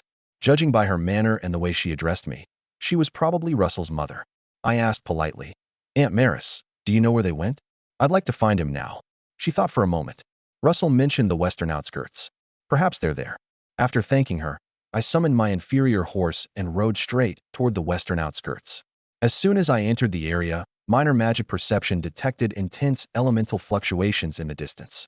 Russell and Lister were probably in that direction. "Russell," I spotted him and Lister in a clearing on the western outskirts and immediately urged my horse toward them. Russell heard my voice and waved excitedly. Only after drawing near did I notice another boy and girl there. I dismounted and greeted Lister first. He recognized me as the person who had sat beside Russell in the noodle shop and returned a polite smile. The last time he saw me, I had not absorbed the Tark civilization's core knowledge or completed my ancient mage class change. In only 2 days, the strength and nature of my magic had risen by an entire tier. Lister did not ask directly, and I had no intention of volunteering an explanation. In front of a truly perceptive powerhouse, leaving one part of myself unreadable was no bad thing. "Have you been studying with Mr. Lister for the last 2 days?" I asked Russell. "Mr. Lister is a great mage." Russell nodded vigorously. "I feel like I've improved so much." His panel showed that he had risen from level 2 to level 5. Native inhabitants had no system for channeling kill experience directly into a panel. A normal person would often need 1 or 2 months to make that progress. Russell had done it in 2 days, proving both his own talent and that Lister's instruction was far beyond that of an ordinary magister. Russell quickly introduced the other two. They've also become teacher Lister's students. "This is Duhua, and this is Desna." I shook Duhua's hand first, then exchanged names with Desna as one child to another, revealing none of their future endings in my expression. Both names immediately brought the future back to me. Duhua would become one of humanity's most promising war commanders. Fierce by nature, he was accustomed to charging personally into enemy formations. He would later be surrounded in the Wanluan Star region by the combined forces of 3 races. He held out for more than half an hour, nearly broke through one of their legions, and finally sacrificed his life to unleash an elemental offering that severely damaged a vast number of enemy troops. In that battle, he practically crippled 2 legions by himself. His final elemental offering destroyed nearly 70% of the closest legion. That achievement also showed that his problem was never a lack of strength. His personality repeatedly placed him in situations from which retreat was impossible. The Duhua before me looked quiet and delicate, difficult to connect with the future powerhouse who charged formations head-on. When I shook his hand, I did not treat him as a dead man merely because history had already written his ending. If I could change the fate of Moji and Tingran, I might also stop Duhua from walking into that fatal trap. Desna's achievements would be even more astonishing. She would later leave Myriad Vines, found her own universe-class organization, and personally create a level 250 elemental mage advancement called the Radiant Elemental God Art, adding a 3rd route to a high-tier branch that originally offered only 2 choices. She would remain near the top of the player's popularity rankings for years, but fame was not why I valued her.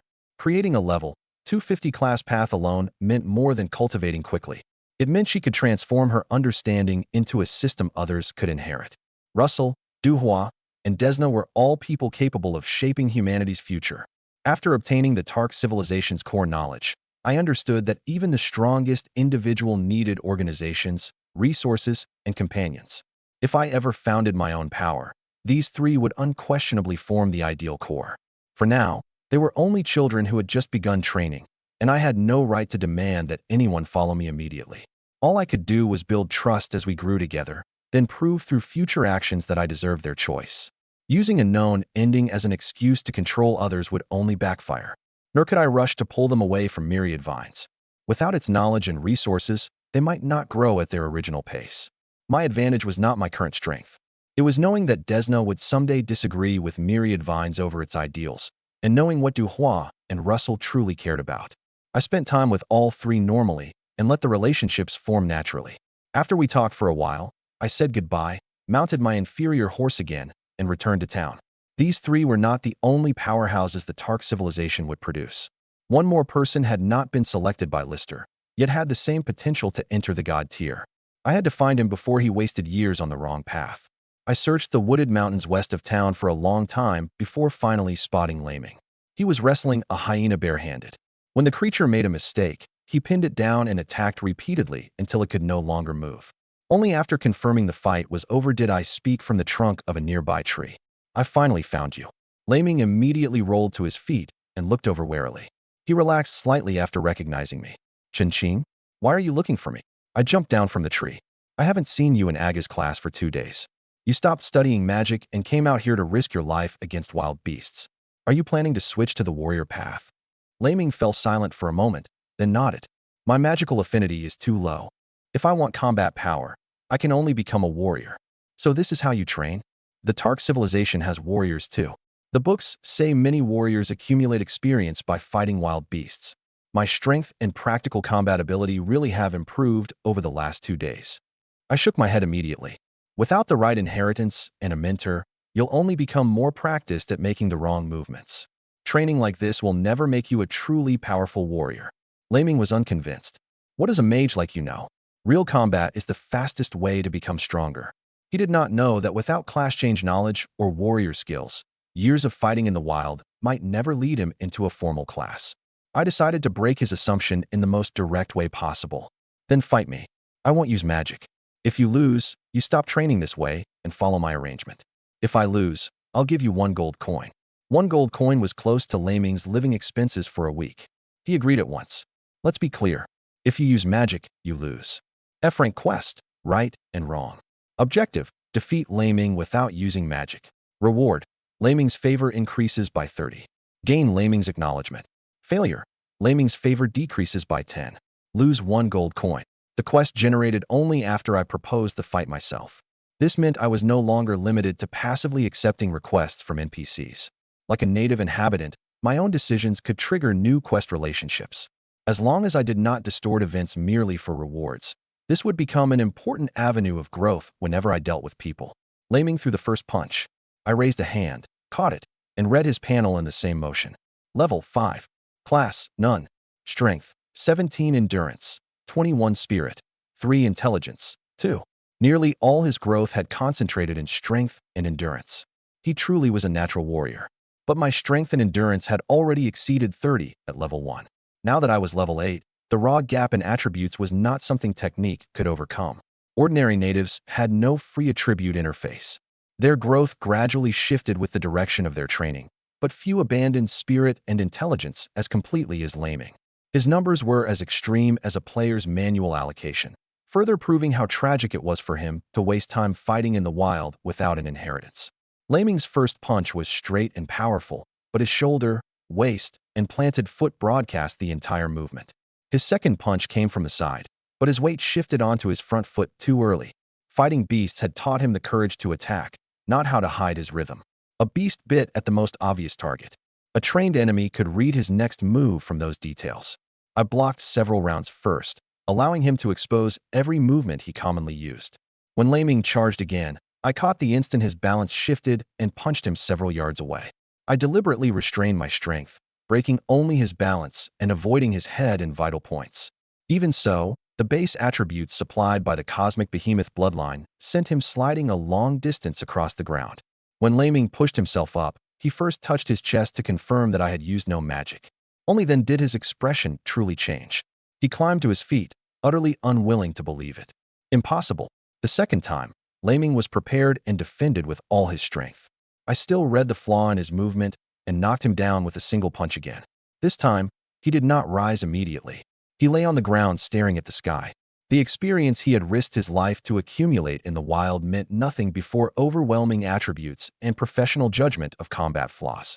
His vacant expression made it clear that the second defeat had finally shaken his faith in his old training method. The difference in strength was not the only thing he could not accept. Before my second punch landed, he had been fully focused on defending, yet he still could not find an angle from which to block or dodge. The danger sense he had trained against beasts became nothing but exposed weaknesses before more complete combat experience. I was worried the blow had been too severe, but Laming quickly climbed up and looked at me seriously. I lost. You really are stronger than me now, but someday I'll catch up. Then we'll fight again. At least he had not truly lost confidence. I smiled. Do you believe me now? Without someone to guide you, your progress will be painfully slow. Laming sighed. I know, but the Tark civilization is a mage civilization. Who can teach me? If I came looking for you, then I've already found a teacher. Come with me. I pulled him onto the inferior horse and headed for Izur City, an hour away. In my previous life, Laming had also wasted a long time in the wilderness alone. Only after a chance meeting with a fallen martial artist named Wan Jie did his true rise begin. Laming kept asking about those 2 punches throughout the ride. I pointed out how his shoulder rose before he attacked, and how his gaze shifted before his feet when he changed steps. At first he argued. Later, he simply sat on the horse and repeated the motions again and again. His willingness to study the reason for his defeat immediately at least proved I had chosen the right person. Wang Jie had once been a senior figure in the warrior alliance. He became involved in a racial war, was hunted, lost his cultivation, and ended as a limping vagrant. He lived in seclusion in Izur City, not far from us. I intended to make this master and disciple meeting happen early.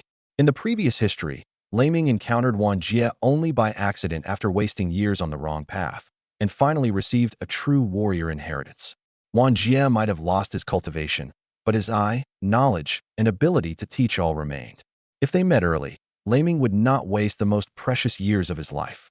We checked the hut where Wang Jie had once lived, then searched the city. At last, we found a middle-aged man with a tangled beard and a defeated expression inside a small tavern. I pulled Laming into the seat opposite him. Wang Jie waved impatiently. "This is no place for children. Get out and stop bothering me." "Mr. Wang Jie, I came specifically to find you." The drunkenness in his eyes faded in an instant, though his voice remained calm. "You have the wrong man. My name is Curry. Whether you're Curry or Wang Jie makes no difference to me. Laming wants to train as a warrior, and no one in the Tark civilization is better suited to teach him than you.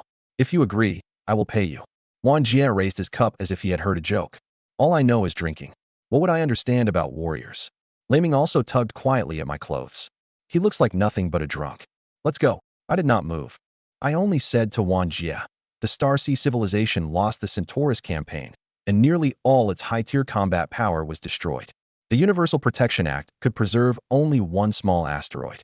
It could not stop larger races from colonizing your people or controlling their culture. The war ended only 2 years ago, so people still remember their hatred. In a few decades, will the Starsea civilization still be able to stand upright?" The wine cup stopped in midair. Wang Jie's hand slowly clenched against the table, and his voice turned cold. "Who are you? My identity doesn't matter. If you train Laming, he can someday accomplish what has been weighing on your mind. In return, when that day comes, I will lend my strength as well." Wang Jie finally studied Laming seriously. "His talent is good. He really is made to be a warrior. But the universe has no shortage of geniuses like him. Why are you so certain he can someday shake a civilization?" "I have my own judgment. More importantly, you have no better choice." After a long silence, he finally relented. "I can teach him for a while. If he fails to meet my expectations, I'll throw him out all the same. And you're paying for my wine. If that day truly comes, you must honor your promise." I placed 10 gold coins on the table. "Enough for a month of drinking. Laming is in your hands." The quest panel immediately unfolded. A-rank quest, Wang Jie's pact. Objective: liberate the Starsea civilization within 10 years and protect it for 10 additional years. Reward: 100,000 EXP, 10,000 gold coins. Starsea civilization favor increases by 100. Wang Jie's favor increases by 100. 1 piece of Starsea civilization core knowledge. The title Star of Starsea. 1 passive skill learning card, and 20,000 additional believers. This was the first A-rank quest I had ever received, and I probably would not be able to complete it until after level 150. The passive skill learning card was especially precious. It would allow me to learn 1 passive ability from an enemy I had previously defeated. In my former life, every such card sold for an astronomical price. I obtained only 1 in my entire professional career. The quest did not lower its requirements merely because I was level 8. Liberating a colonized civilization within 10 years, and then protecting it for another 10 truly tested whether I could grow into a lasting deterrent, not whether I could launch a single raid and leave immediately. All that remained of the Starsea civilization was 1 asteroid barely preserved by the Universal Protection Act. Liberation was only the first step. 10 consecutive years of protection afterward meant the quest truly demanded power capable of deterring other civilizations.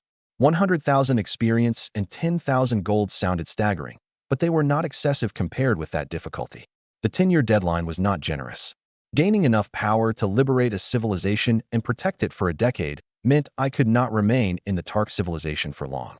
But the quest's direction did not conflict with my existing growth goals, and Wang Jie and the Starsea civilization were worthy of becoming future anchors for the Tian Alliance. The 20,000 believers, Starsea core knowledge, and Star of Starsea title among the rewards also showed that the panel would settle the affair as a civilization-scale outcome. The richer the reward, the clearer the reminder that I could not treat my promise to Wang Jie as empty words used to secure a disciple. The panel also generated an E-rank quest for paying the gold, rewarding me with increased favor from Wang Jie and Laming. The master and disciple relationship had now been established early, and my connection with Laming had gained a firmer quest bond.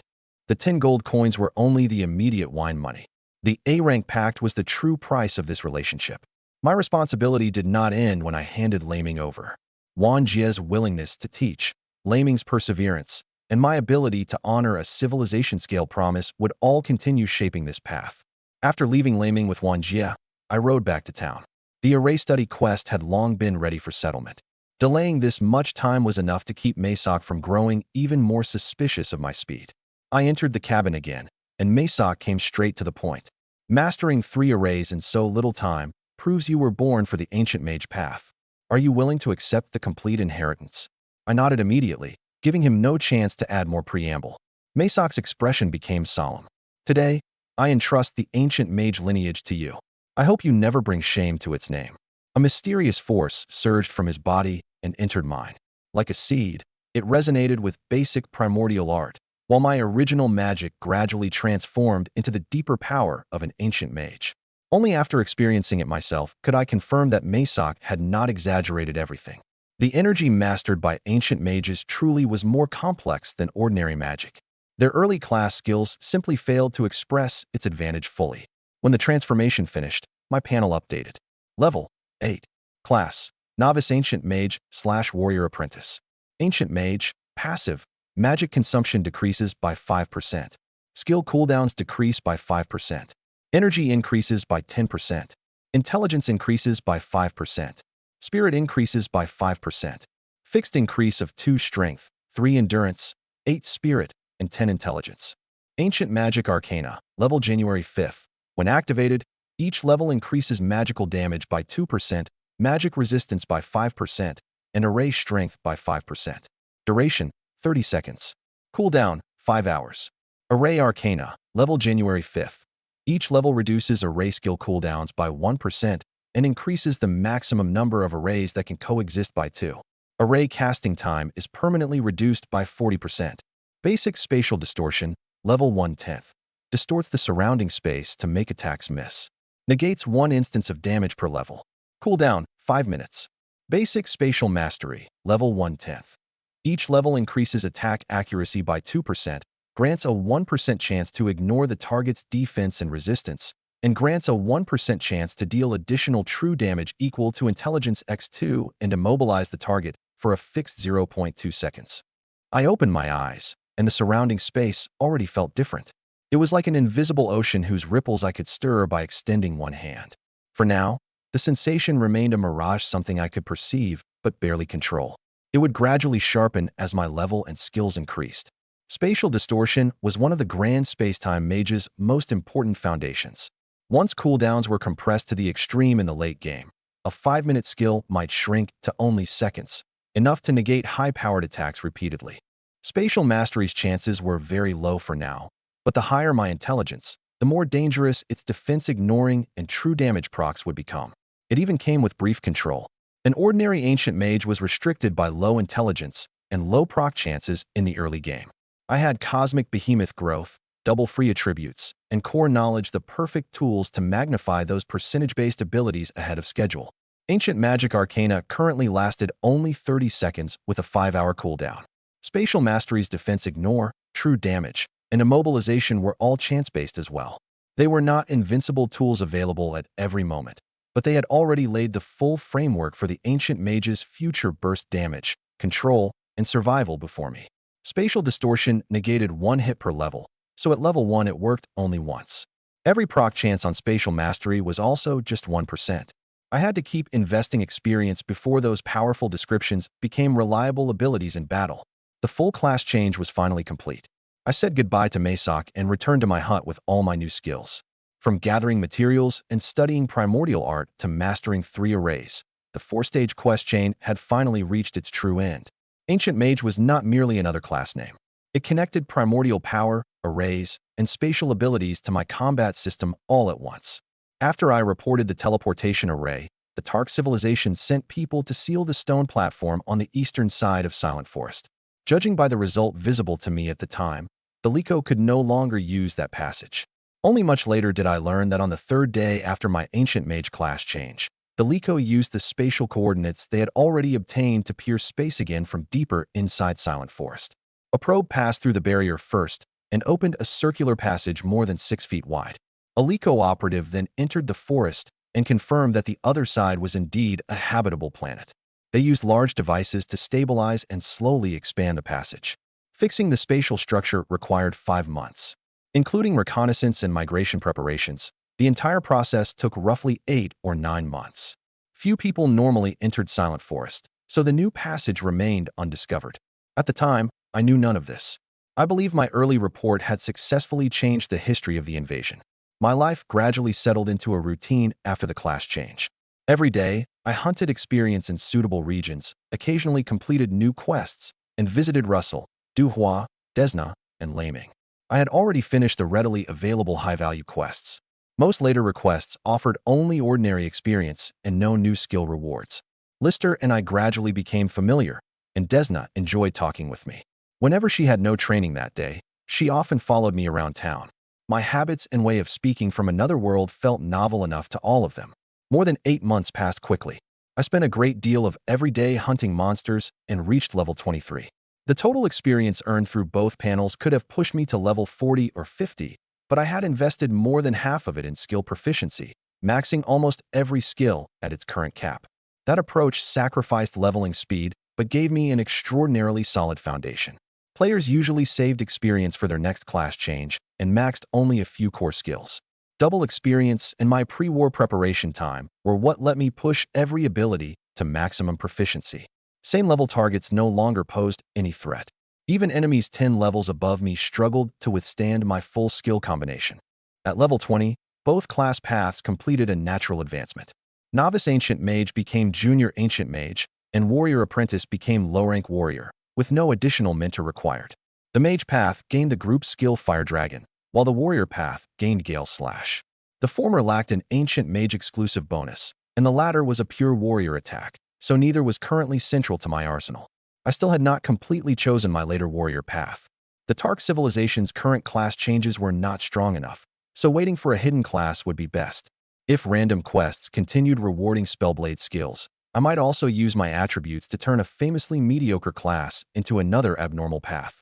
My panel had now become Level 23. Class Junior Ancient Mage / Low-Rank Warrior. Strength 135 plus 4 per level. Endurance 114 plus 3. Spirit 106 plus 1. Intelligence 270 plus 2. HP 13,700. Energy 21,300. An intelligence of 270 normally required level 50 or higher. I was confident I could confront targets in the 40s head-on. The level 50 brought another qualitative transformation that I still could not dismiss. 13,700 HP and 21,300 energy also gave me far more margin for error and sustained casting than anyone at my level. Being level 23 did not mean any part of my panel remained in the level 20 range. The cost was equally clear. After investing most experience in proficiency, my level lagged far behind the 40s or 50s I could otherwise have reached. My current combat power was indeed solid, but against an enemy transformed after level 50, max skills could not erase the level rules entirely.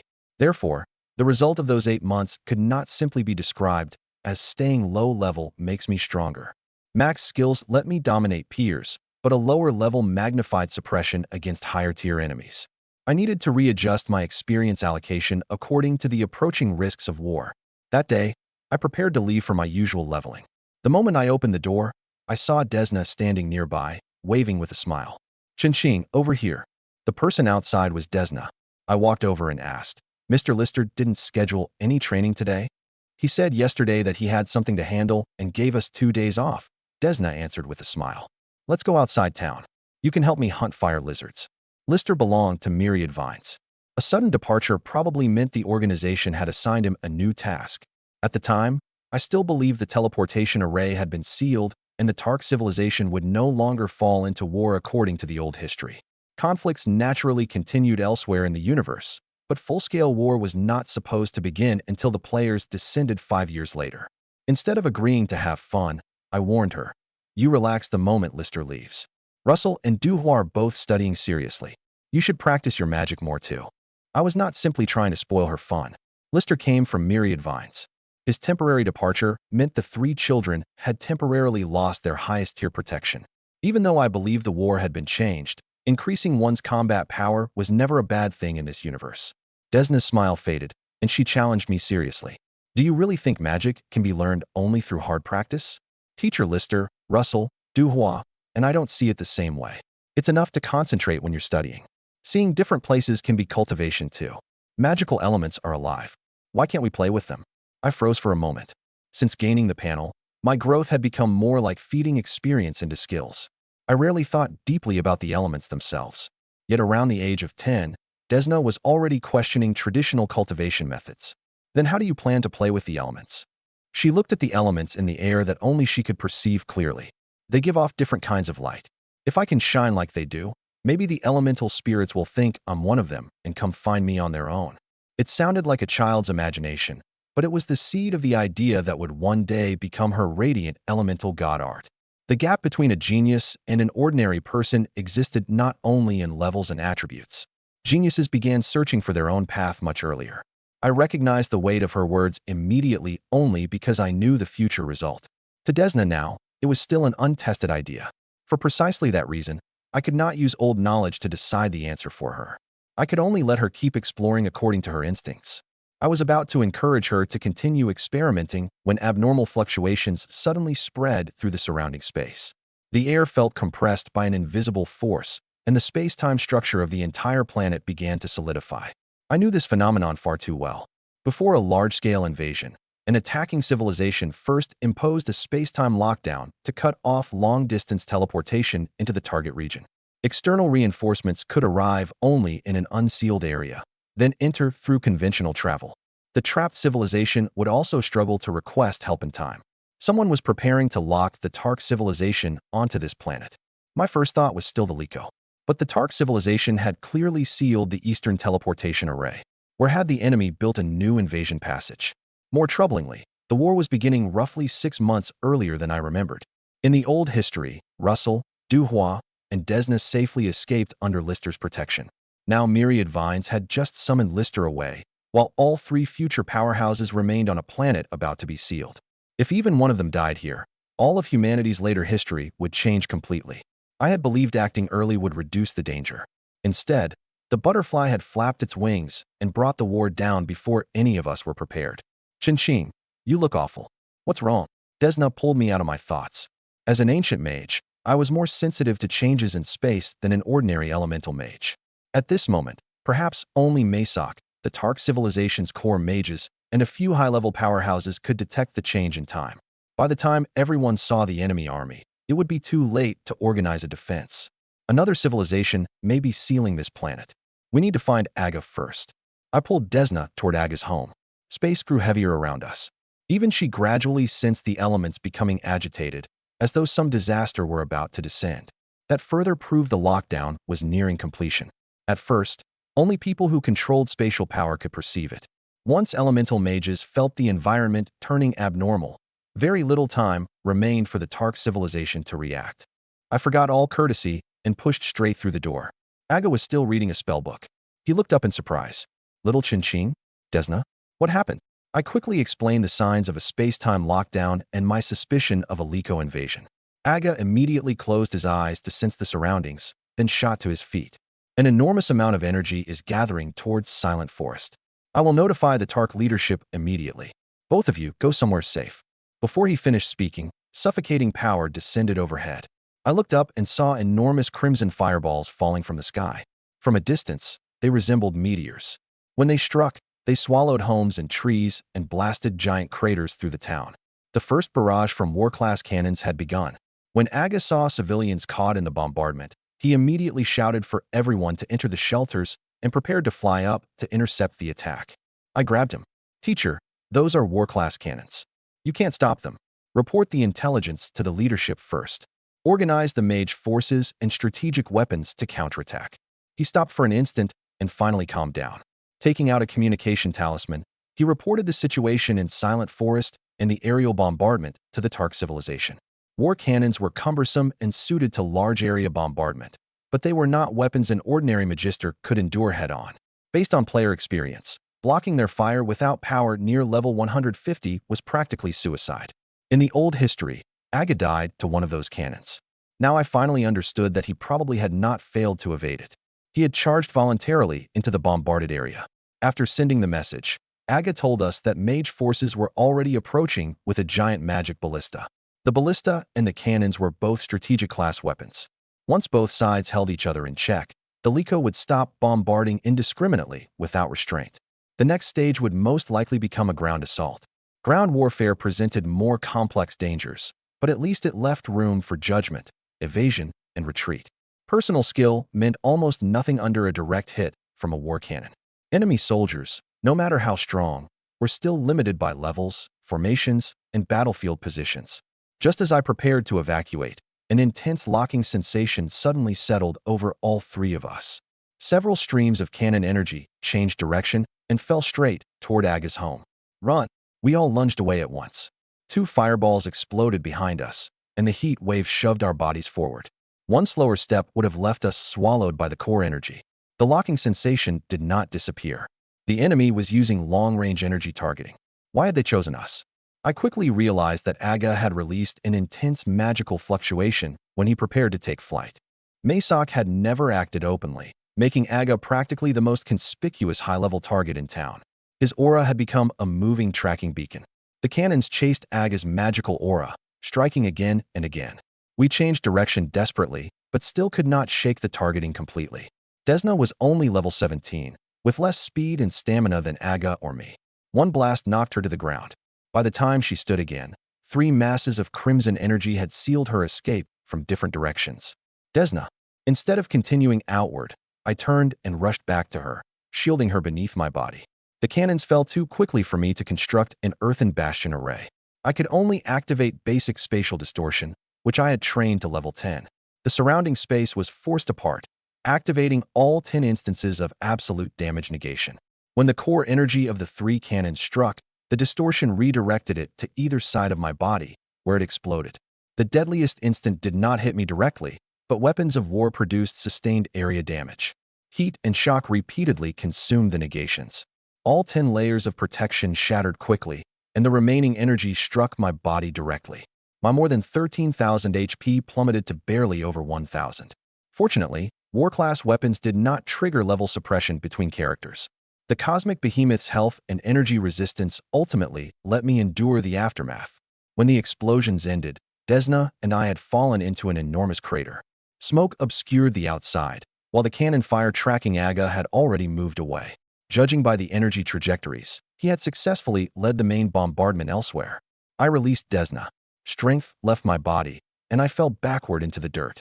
Intense burning pain covered me, but my health had already begun rising under the bloodline's effect.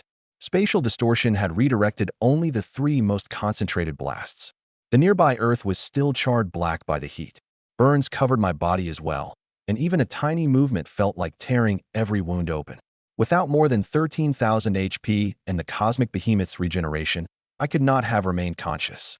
When Desna saw me collapse, she nearly burst into tears. "Ching, you're badly hurt. I'll find someone to save you."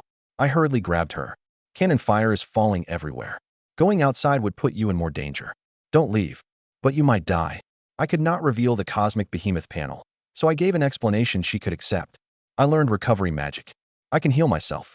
Sit here and wait for a while." She stayed beside me, only half convinced, and never looked away. Explosions still shook the ground outside, but I knew that the area bombardment of a technological civilization was usually allocated by an automated balancing system. To maximize coverage, a fully bombarded location temporarily became a blind spot and would not be targeted repeatedly. This was not absolute safety. I was exploiting the efficiency logic of the war weapons themselves.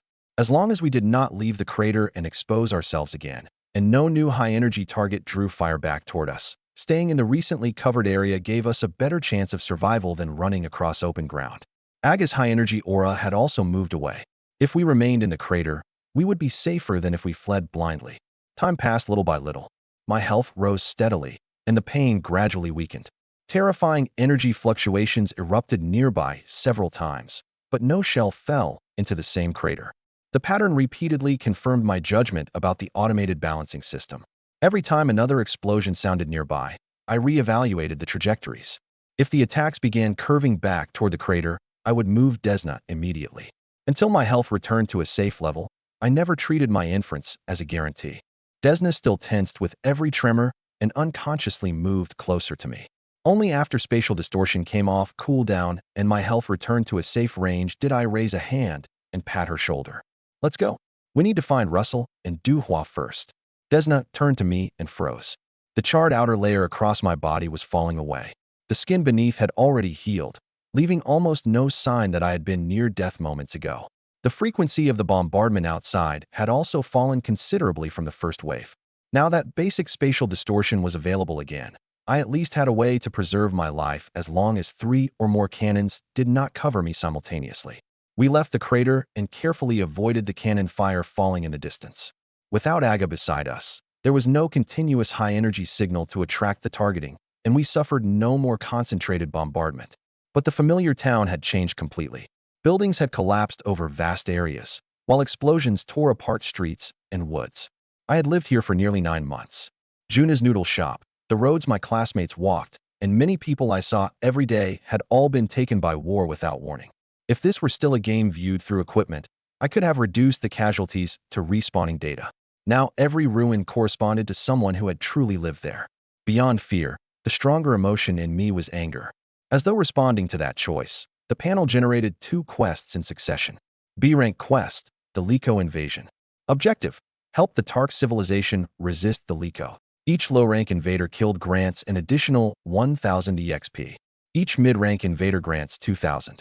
Each high-rank invader grants 4,000. Killing a commander grants an additional 10,000.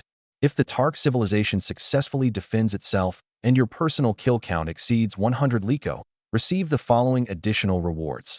Liko Core Technological Knowledge. The title Scourge of the Liko, 1,000 gold coins, 10 Universal Reputation, 500 Tark Civilization Reputation, 1 Random Passive Skill, and an Intelligence card that increases intelligence by 30% for half an hour. Failure: the Tark civilization is defeated. C-rank quest, a leader. Objective: ensure Russell, Duhua, and Desna survive the war. Reward: 10,000 EXP and 500 gold coins.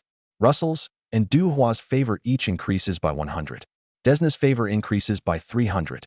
For each survivor, gain 1 right to learn one of that person's passive skills at any time. Failure: for each person who dies, the favor of the other 2 decreases by 200. The quest immediately provided approximate locations for Russell and Duhua. They were together and outside the center of the recent bombardment. I pulled Desna along the guidance. At the same time, vast magical fluctuations appeared in the distance, including one source of energy on the same tier as the cannons. The Tark civilization's reinforcements and giant magic ballista had arrived. Once the strategic weapons held each other in check, the Liko cannons gradually stopped, just as I had expected. After a brief standoff, the truly dangerous ground invasion would begin. Based on the quest tiers, low-rank invaders were probably level 30 to 40, mid-rank ones level 40 to 50, high-rank ones level 50 to 70, and commanders possibly above level 100. The quest directly added experience according to the rank of each kill. That meant the panel was encouraging me to enter the ground war, but it did not require me to confront every enemy head-on. Choosing low-rank targets and avoiding high-tier formations still contributed to the defense. There was no need to commit suicide for a higher reward. Enemies in an army still had levels and formations I could evaluate. High-level powerhouses who operated independently outside their units were harder to predict. Fortunately, the Tark civilization's powerhouses would prioritize those targets as well. Once the cannon fire subsided, we soon found Russell and Duhua training in the wild. The moment they saw us, they hurried over. Russell seized my arm anxiously. "Ching, what happened in town? We saw so much cannon fire falling." I looked at both of them and had no choice but to begin with the Liko invasion and the space-time lockdown. After hearing the story, Russell and Duhua's first thoughts were of their families. Duhua asked urgently, "What happened to our families?" I shook my head. Everyone was fleeing at the time. Desna and I could only hide from the bombardment, so we didn't see them. The Tark forces have arrived, and the giant magic ballista is already suppressing the enemy's strategic weapons. Rescue operations should begin soon. That answer could not erase their worry, but at least it proved the situation had not collapsed completely. Duhua quickly redirected his anger toward the enemy. "Since the ballista is here, why don't we attack the Liko headquarters directly and eliminate their commander?" Russell frowned immediately, and Desna looked at me. Duhua was not joking. Lister's training had let him truly feel his growing power for the first time. while his family's fate remained unknown. Anger had overwhelmed his judgment of the gap between us and the enemy. I checked their panels. Du Hua was level 16, Desna level 17, and Russell level 20. Even a level 150 powerhouse might fail to penetrate the Liko headquarters. Entering now would only throw away all 3 of their lives. No, the ground forces will enter the Tark civilization in full soon. First, the 4 of us must not become separated. We fight enemies we can handle and retreat immediately from any high-tier formation. I pointed to the craters left by the cannons in the distance. That was only one weapon the Liko extended through the passage from the other side. Their headquarters contains complete forces and the spatial passage itself. A commander will never be without high-level guards. Our most important task is not to show off. It's to survive until the day we've grown strong enough to change the battle. Desna agreed first. Listen to Chen Qing. He's the strongest of the 4 of us. Staying together is safer. We had sparred many times before, and I could defeat all 3 of them together head-on. Russell and Du Hua did not object. For the moment, at least, their actions were aligned. Then I remembered that the quest marked only Russell, Du Hua, and Desna. Laming was not among its protected targets, so I could not sense his location directly. Izur City lay roughly outside the bombardment zone, but Wan Jia often took him to other areas for practical training. They could still have wandered into danger. I led the other 3 toward Izur City immediately. As we approached Wan Jia's residence, shouts from training carried toward us from a distance, proving that neither of them had gone out. Laming had been Wan Jia's disciple for only 1 week, yet he already displayed astonishing warrior talent.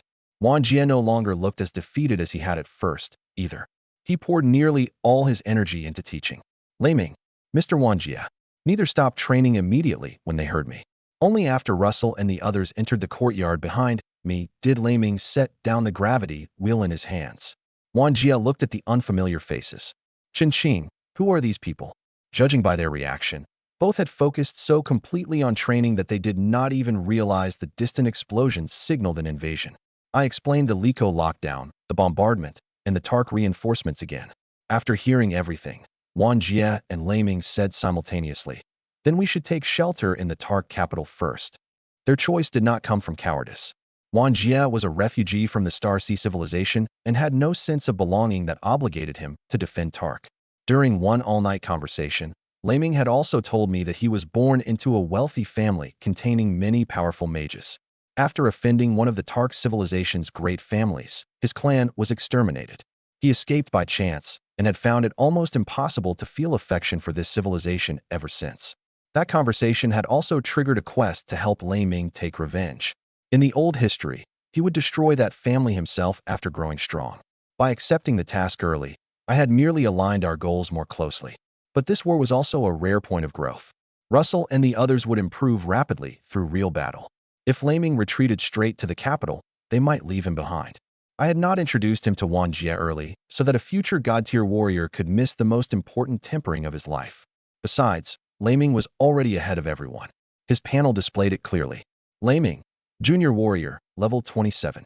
He had not reached that level through player-style experience poured into a panel.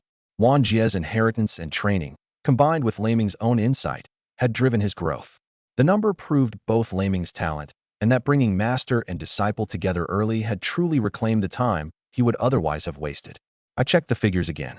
Russell was level 20, Desna 17, Du Hua 16, and Laming already 27.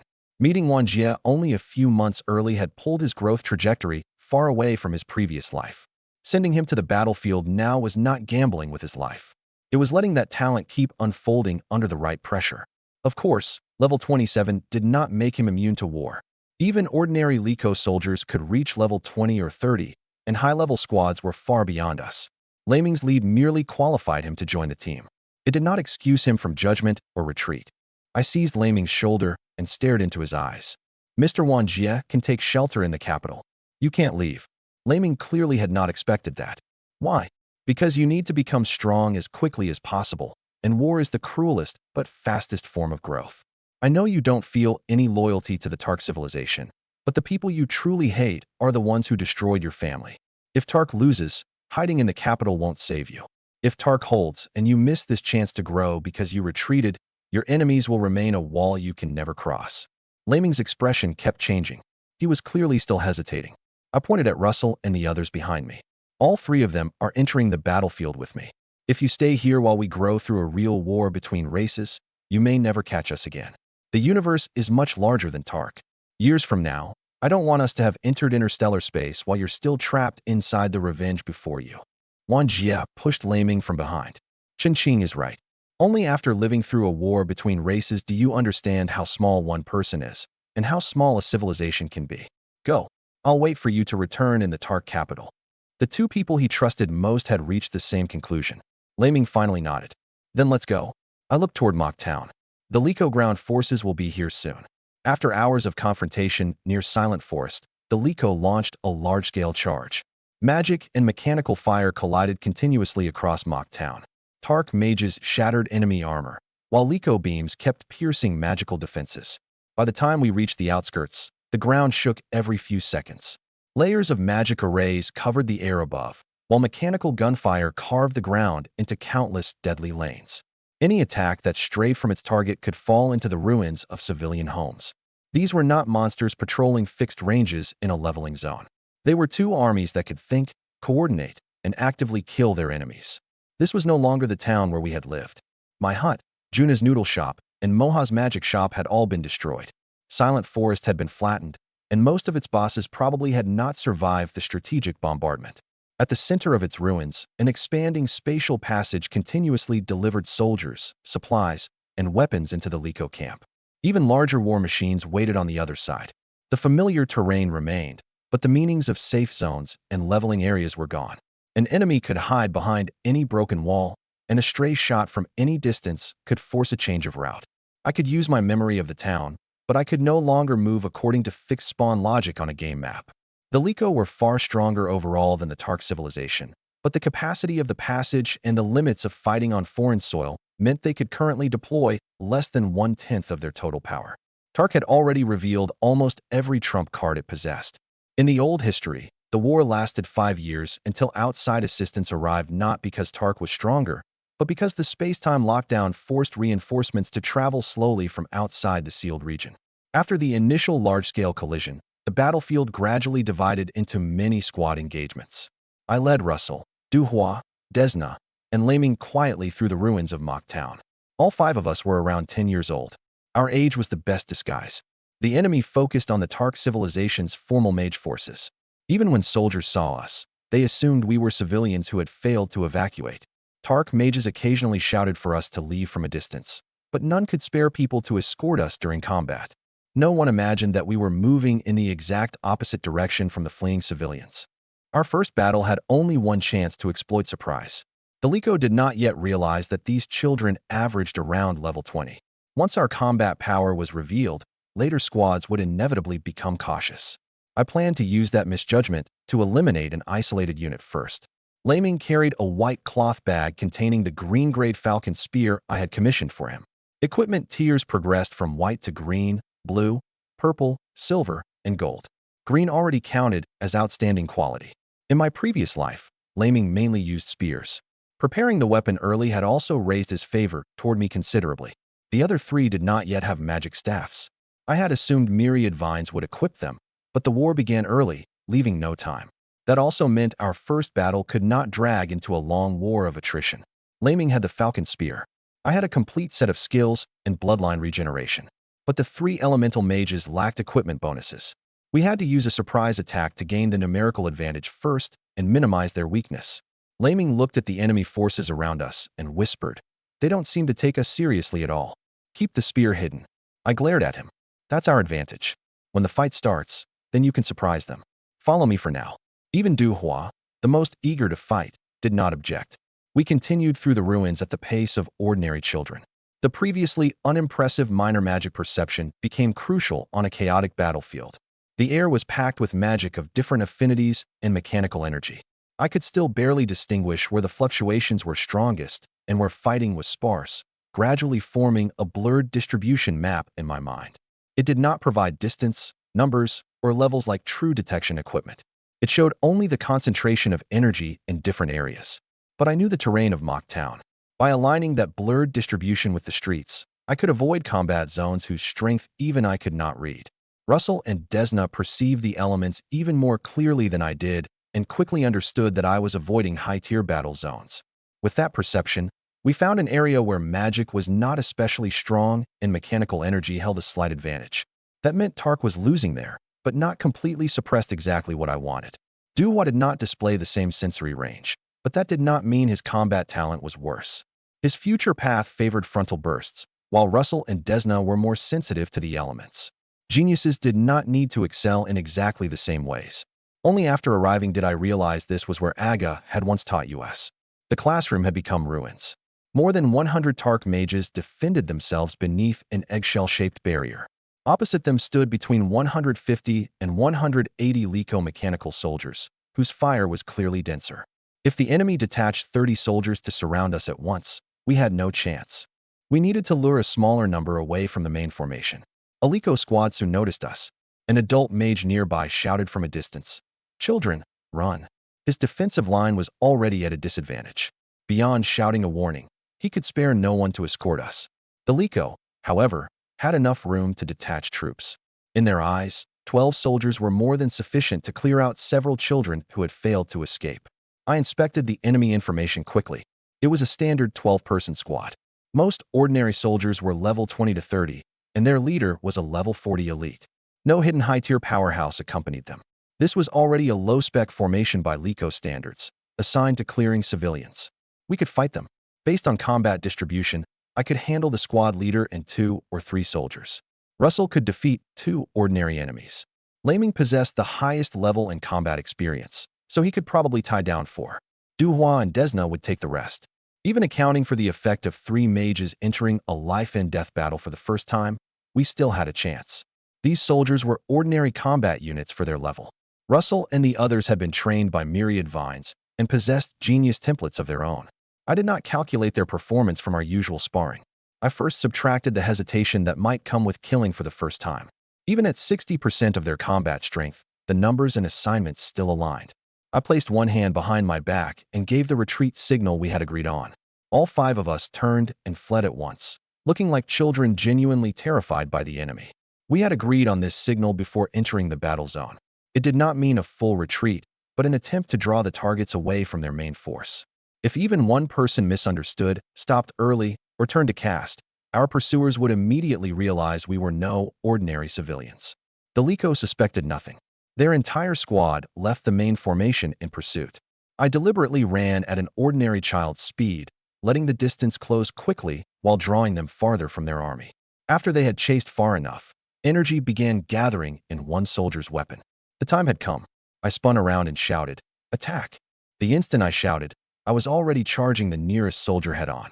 After maxing basic spatial mastery, I had done more than trigger the passive according to a template. I had gradually learned to use my spatial perception actively. At close range, I could reduce the effective distance between 2 sides by roughly 10%. The effect weakened over greater distances, but it was enough to distort an opponent's judgment of my speed. That application had not formed an independent skill. It was a technique I discovered after truly grasping spatial power. Ordinary players could only cast according to system templates and struggled to adjust space personally. I could not teleport yet, but I could make an enemy fatally misjudge how far away I remained. The soldier clearly never expected a fleeing child to close in suddenly. His defensive system activated half a beat too late. Arcane Sword Aura struck him head-on, and the critical hit erased roughly 2/3 of his health. Spatial Mastery triggered simultaneously, fixing him in place for 2 seconds. He had reserved enough time to activate his protection based on my normal running speed, but had not accounted for the 10% of compressed distance. It seemed like a difference of only 1 step. When an attack had already reached his face, it was the difference between a complete defense and no preparation at all. 2 seconds on a battlefield were enough to determine life or death. I immediately added a chaotic gale array and emptied the rest of his health. The first Liko soldier never even managed to fire. Almost simultaneously, 2 lasers struck toward my opening from the side. The squad leader had launched both attacks. He timed them after I used consecutive skills, and a normal hit could very well count as a critical strike. The Tark mage who had warned us to flee was still at the edge of my vision. I heard his shout stop abruptly. Our original disguise was useless now. We could only finish this battle before Liko reinforcements arrived. I did not dodge. I activated basic spatial distortion directly. The 2 lasers were redirected aside before they touched my body, consuming 2 of its 10 negations. Spatial distortion did not make my body disappear. It sent attacks that should have hit me into offset positions. The lasers still passed close by, but no damage appeared on the panel. Only after confirming the skill had activated properly did I dare close the distance further. I turned toward the squad leader and pressed in immediately. He had already recognized the threat and shouted a warning to his team. This mage has a short-range dash. Activate your energy shields early. He activated a suit of armor that covered his entire body and drew a mechanical battle blade.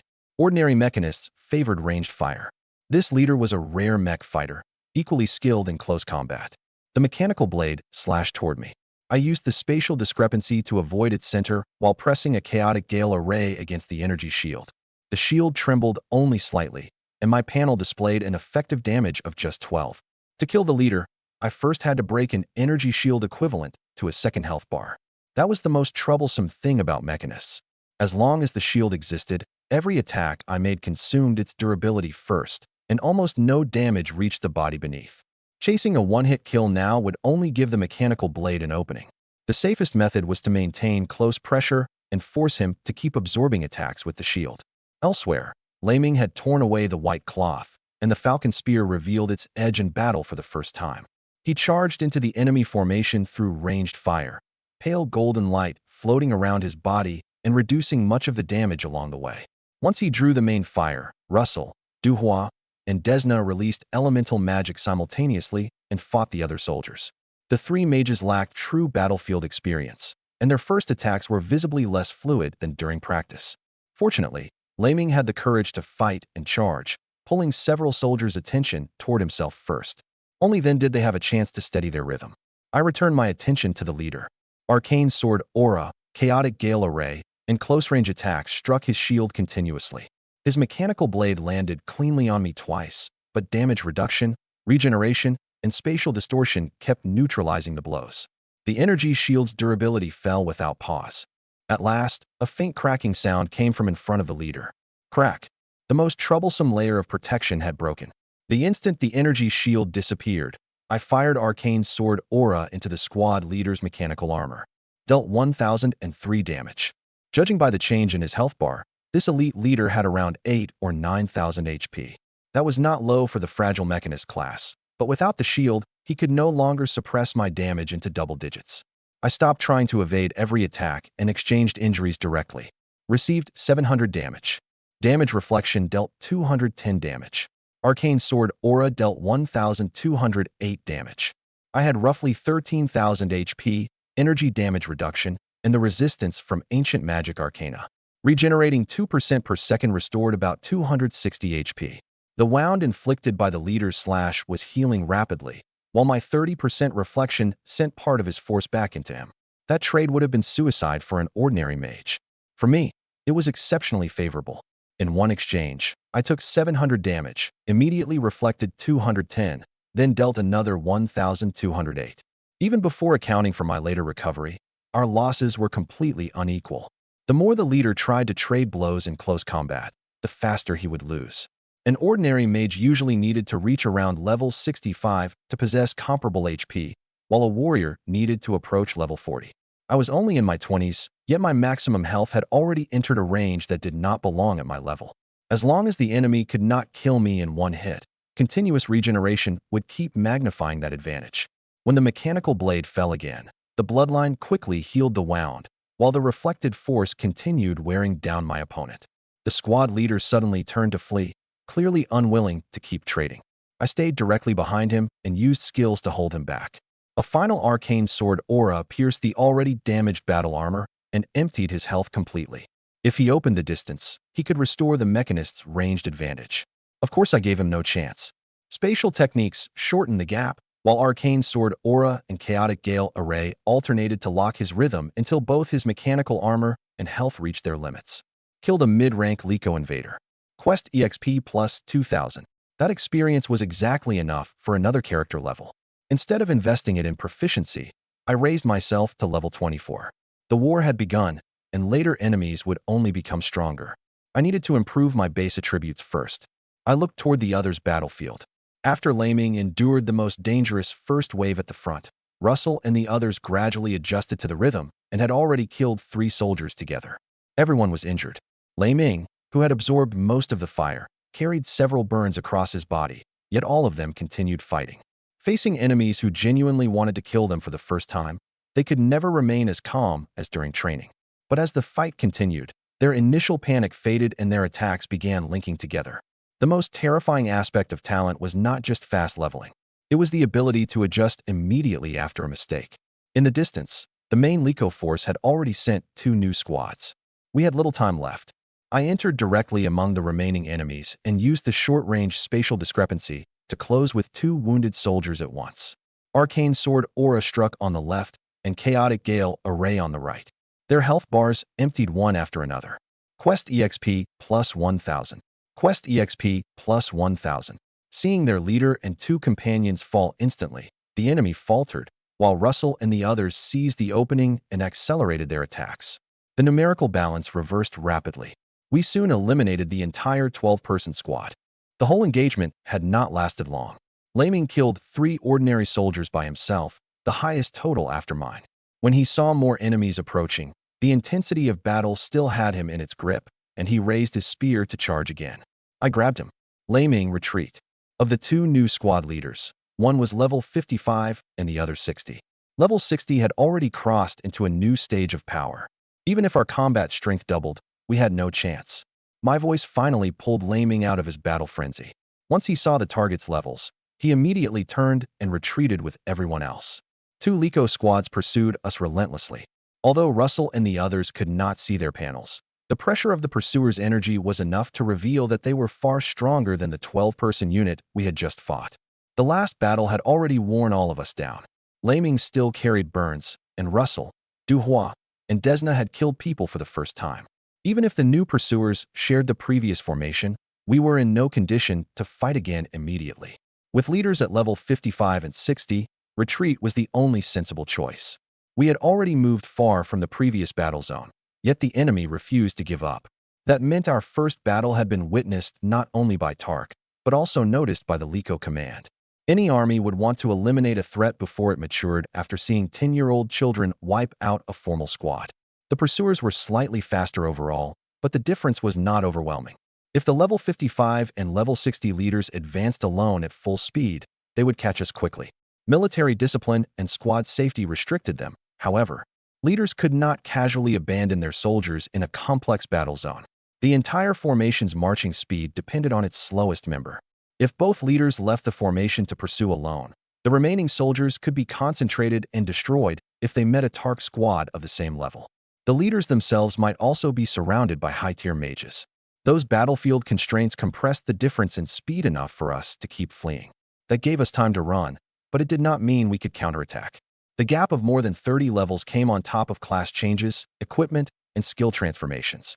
My attacks might deal almost no damage to a level 60 target, while one hit from them could end the battle. Besides, we were not being chased by 2 leaders alone, but by 2 complete squads. Even if I somehow held one leader back, Russell and the others would have to face the second leader and every soldier. Their state after the last battle could not endure it. "Follow me," I shouted to my companions, then changed direction toward the pond where Mage hid. In the old history, he had taken almost no public action during the Liko invasion. But now his sole ancient mage heir was being hunted by 2 squads. Surely, he could not remain completely uninvolved. By my estimate, Mage was around level 80. A high-level ancient mage held an obvious advantage over squads in the 50s and 60s. Even if he refused to act, we could use the pond's restriction to hide in the cabin. I had no certainty that he would fight for the Tark civilization. If he insisted on staying out of the war, I would lead everyone through the illusion array and use the restriction to lose our pursuers. Unless a war-class weapon struck the cabin directly, 2 ordinary squads would struggle to force their way inside. Using minor magic perception to avoid dense combat zones, I led the 5 of us through one detour after another until we finally reached the familiar water. Magic perception revealed only the approximate strength and affinity of nearby energy fluctuations. It could not provide a safe route directly. I had to compare the intensity of battles in several directions constantly. Taking a longer path was better than leading the group into another kill zone. "Teacher, if you don't come out now, the only ancient mage heir of this generation is going to be killed," I shouted at the pond. Russell and the others knew there might be a restriction here, but Laming stared at the water and whispered, "Chin Ching, is your teacher some carp that learned to take human form?" The instant he finished, a stone flew over and struck him squarely in the forehead. Received 100 damage. Ow! Laming clutched his head. "You little brat. Who are you calling a carp spirit?" Masok's voice suddenly sounded beside us. The four others froze simultaneously. Not one had seen when the old man appeared. Another stone floated beside him, as though ready to strike Laming again at any moment. "Teacher." Seeing that he was willing to appear, I finally relaxed in earnest. Masok looked past me toward our pursuers. The surrounding space showed no obvious change, but I could sense an ancient magical power far stronger than mine unfolding. At least this time, someone would deal with the pursuers. Masok shrank back under my gaze, his face full of caution. My cry for help had sounded genuinely miserable. He had probably believed I was badly injured and charged out overflowing with killing intent. Now that he saw all four of my limbs intact, he looked more like he regretted revealing himself. I was still calculating whether I could borrow my teacher's power to clear out a few more pursuing squads when a missile streaked toward us on a tail of flame. Boom! Before the missile reached us, the space ahead suddenly twisted. It seemed to plunge into invisible deep water and disappeared into thin air. The next instant, it emerged from the middle of our pursuers. The explosion flung several nearby Liko soldiers away, and one immediately lost the ability to fight. I recognized that power at once. Advanced spatial distortion. Basic spatial distortion could only make an attack miss.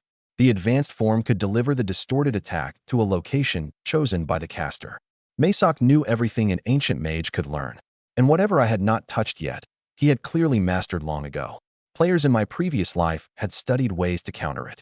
The simplest was using rapid, low-damage attacks to exhaust the number of distortions the skill could sustain. Once activated, the caster could not freely choose which attack to distort. That was its greatest weakness. But these Liko had never seen the ability before, and their formation visibly faltered for an instant. Both squad leaders stepped forward and raised two long, slender guns that looked almost inconspicuous. My eyelid twitched. Dark energy guns. They were class weapons for the gunner branch of mechanists. Dark energy was even more destructive than compressed light. A single direct hit could erase Masok's cabin and the outer illusion array. Both leaders were around level 60. I did not know Masok's exact level, so I could not help worrying that he might underestimate them. Masok formed hand seals, and the surrounding air abruptly grew heavy. A gravity array, learnable only after level 60, spread beneath his feet. Its patterns extended into two invisible tendrils and firmly bound both squad leaders as they prepared to pull the triggers. Huh!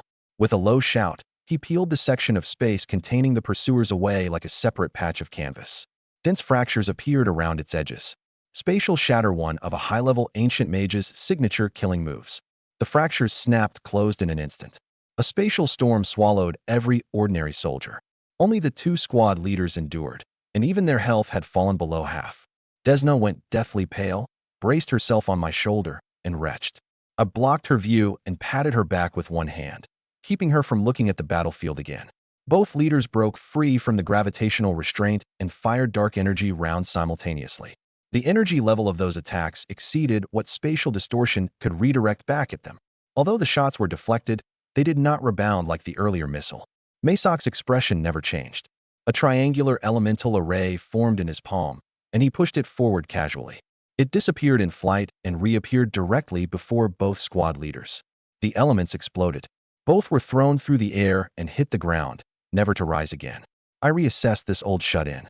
He had eliminated two level 60 elites in only 2 rounds of skills. His actual level was probably close to 100. Desna conjured a sphere of water to rinse her mouth, and some color finally returned to her face. Masok walked over, his tone slightly awkward. "I'm sorry, young lady. I was so focused on the battle that I didn't consider whether you children could bear watching something like that." "It's all right." Desna wiped the water from the corner of her mouth. "The invaders have already attacked our home. I'll have to face it sooner or later." After confirming that she was fine, Masok turned and slapped the top of my head. "You brat. You led the Liko here on purpose, didn't you?" I held my head and looked deeply wronged. "Teacher, they were hunting me. I had nowhere else to go. With your supreme wisdom and unmatched combat power, who else could save me? You couldn't possibly stand there and watch your disciple get beaten to death." The flattery clearly pleased him. The corner of his mouth twitched, but he deliberately hardened his face again. "Get lost. Next time you find trouble, don't always expect me to clean up after you. Thank you for this one, teacher, I admitted obediently. Masoch studied Russell and the others, apparently sensing the magical auras around them. He asked what I intended to do next, and even offered to send us to the Tark capital. I shook my head. I'm still too weak. I want to use this war to temper myself, so I won't return to the capital yet. Everyone makes their own choices. Masoch was silent for a moment. War can indeed accelerate growth, so I won't stop you. But remember, do not rely on my strength every time danger appears. When you truly need to make a decision, I may not arrive in time. I nodded. Having a teacher willing to protect us once was already an enormous advantage. In the next battle, we would have to rely on ourselves. Of course, I understood Masoch's point. For Russell and the others, bearing danger personally and reflecting on their gains and losses truly formed part of their growth. My own growth had been quantified by the panel and would not stop merely because I had borrowed outside power once. Still, I could not keep treating Masoch as an escape route. On a real battlefield, no one could stand behind me forever. After leaving the cabin, we returned to Mock Town. I checked the team's condition and found that Russell and the others had gained an average of 2 or 3 levels from the last battle. NPCs differed from players. Kill counts alone could not directly level them. Insight after battle and long-term accumulation were equally important. The fact that all of them had grown after a single brutal fight showed that they were reviewing their mistakes. But this explosive progress normally appeared only during the first few high-intensity battles. Once they became accustomed to war, the speed would naturally settle. Laming asked, "Qin, where do we go next? Back to that battlefield?" No. I looked at the sheets of fire rising in the distance. Group battles involving hundreds or thousands aren't for us. We'll find isolated Liko. At this point, both regular armies fought in regiment-sized formations. Our combat power remained at the level of ordinary soldiers. Rushing into a massive battle would neither affect the outcome nor keep us from dying to fire from an unknown direction. Liko raiders operating outside their army were far more suitable targets. Tark's civilian forces acted in scattered groups, mainly to defend their homes and grow through real combat. Independent Liko fighters, however, were motivated primarily by resources and slaves. Regular armies fought regular armies, while civilian squads hunted each other in the gaps between battle lines. We wanted targets without organized support. No intact order remained in Mock Town. Magic and cannon fire crossed through the sky. Explosions sounded one after another, and figures moved constantly among collapsed homes. Tark civilians searched for survivors, while scattered Liko soldiers looted resources and abducted people amid the chaos. We searched the ruins and eventually discovered 3 Liko traveling together. They avoided both main forces and targeted destroyed shops and unguarded streets. A spatial cube hung at one of their waists. That device used spatial compression to pack a storage area of roughly 50 square meters into a carrier the size of a stone. It could hold supplies and partition off a space for living creatures. To a raider, it was a portable warehouse. The spatial cube alone proved they were not soldiers who had merely fallen behind. Ordinary patrols did not deliberately carry high-capacity compartments for living creatures. Only people exploiting the chaos to loot and capture civilians needed such equipment. Attacking them would both avoid the regular army and potentially free Tark residents trapped inside. There were only 3 of them, far fewer than the previous 12-person squad, but that was no reason for carelessness. Independent fighters who dared raid between battle lines had to believe they could escape or counterattack. Our advantage still came from acting first, not from pretending the enemy posed no threat. Before acting, I kept our retreat route and support distance within a range I could control. Desna would draw the targets into position. Laming Spear would inflict the first serious injury, and I would use Earthen Bastion and Spatial Restraint to block the counterattack. Every step had to finish before the enemy reorganized. Desna stood alone in the middle of the street. Russell, Duhua, Laming, and I hid behind the surrounding ruins. She knew fire magic, and an Earthen Bastion array was already prepared beneath her feet. The moment the enemy entered range, we could support her. The 3 noticed her exactly as expected. Instead of attacking immediately, they signaled to each other and approached together. Desna lowered her head, her shoulders trembling slightly. Only when the nearest Liko reached to grab her did the fear disappear from her eyes. Flames erupted from her palm and struck the enemy squarely in the face. Attack! Laming Spear plunged from above into the man's back. The critical hit directly reduced his health by around 1/10. Russell and Duhua attacked simultaneously and intercepted the other 2 targets. Damn it! It's a trap. The leader ripped the spear from his back by force, drew a mechanical battle blade, and lunged toward Desna. Patterns lit under her feet, and an earthen wall surged from the ground. Array, earthen bastion. The mechanical blade struck the wall and shook loose a shower of stone. I leaped from a broken wall and slammed arcane sword aura into the enemy's back, knocking him toward the array. Spatial power triggered at once, immobilizing him before the earthen barrier. I added a second strike, then seized Desna's wrist and pulled her beyond his attack range. When the last Liko fell, 3 notifications appeared in succession. Quest settlement, EXP plus 2,000. Quest settlement, EXP plus 2,000. Quest settlement, EXP plus 2,000. I invested all the experience in my level. Level increased to 34. Gained 11 free attribute points. Level 34. A full year had passed since the Liko formally invaded the Tark civilization. The ground beneath us was no longer the original mock town, but Jinghao City, closer to the civilization's heartland. The front had advanced inward throughout that year. The Liko could continuously transport soldiers and weapons through the spatial passage, while Tark faced shortages of both troops and war equipment. Mock Town had long since become a Liko base. Beyond Jinghao City, the capital was not far away. Watching the smoke in the distance, I grew increasingly uneasy. The offensive had not moved anywhere near this quickly in my previous life. At this rate, if reinforcements failed to arrive before Tark collapsed, future players would lose a mage-centered starter village. I did not know exactly what caused the difference. I could only confirm that my actions after rebirth had changed the original timeline. Knowing the future did not mean controlling it. The farther I traveled, the fewer answers my memories could provide. Fortunately, the year had not brought only bad news. Every member of the team grew quickly. Russell reached level 33, Duhua 30, Desna 31, and Laming 38. The higher their levels, the more accumulation each advancement required. They also seemed to need more experience than ordinary people. For now, I could only interpret that as greater talent requiring more power to digest. All 4 had sparred with me in turn. Although they still could not defeat me, the pressure they created was no weaker than an ordinary level 45 Liko soldier. Laming stood out in particular. His attributes and combat ability had begun approaching those of a minor boss.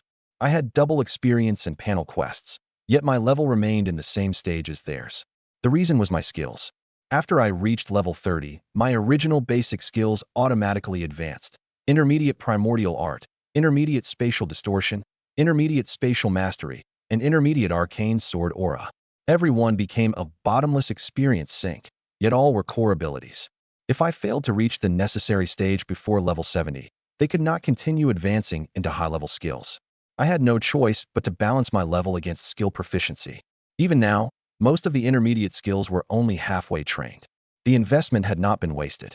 Intermediate primordial art shortened cooldowns further. Intermediate spatial distortion could not only deflect attacks, but also conceal my figure and solidify attacks. Intermediate spatial mastery taught me short-range teleportation and lengthened the restraint triggered against enemies. Intermediate arcane sword aura continued, improving its frontal destructive power. Over the same year, I comprehended 3 additional ancient mage skills: Arcane Toxin, Ancient Hex, and Diamond Array. Arcane Toxin applied a continuous debuff whose duration depended on proficiency and whose damage scaled with intelligence. Ancient Hex dealt immediate damage that scaled with spirit. Diamond Array trapped enemies. With my high-burst fighting style, an enemy I could kill instantly did not need to be trapped, while a genuinely troublesome enemy might resist the array anyway. I had therefore invested no experience in Diamond Array for now and prioritized the other 2. The Warrior Path had also added Battle Body, Tribulationless, Heroic Charge, and Double Impact. Battle Body improved damage endurance, while Tribulationless raised status resistance. Those 2 deserved investment. The charge and attack skills overlap with my existing methods, so I set them aside for now. While completing an earlier quest, I had received another random class skill opportunity. Once again, the result was a Spellblade skill, Arcane Wing Slash. When cast, magic transformed into twin wings behind me, propelling my body forward at high speed and delivering a slash as I passed the target. It paired perfectly with my use of space, but also extinguished my last trace of hope. The panel had probably classified me as a Spellblade. Most future random opportunities would likely draw from the same class path. I accepted the outcome. For the time being, my warrior class change would have to follow the relatively balanced Spellblade route.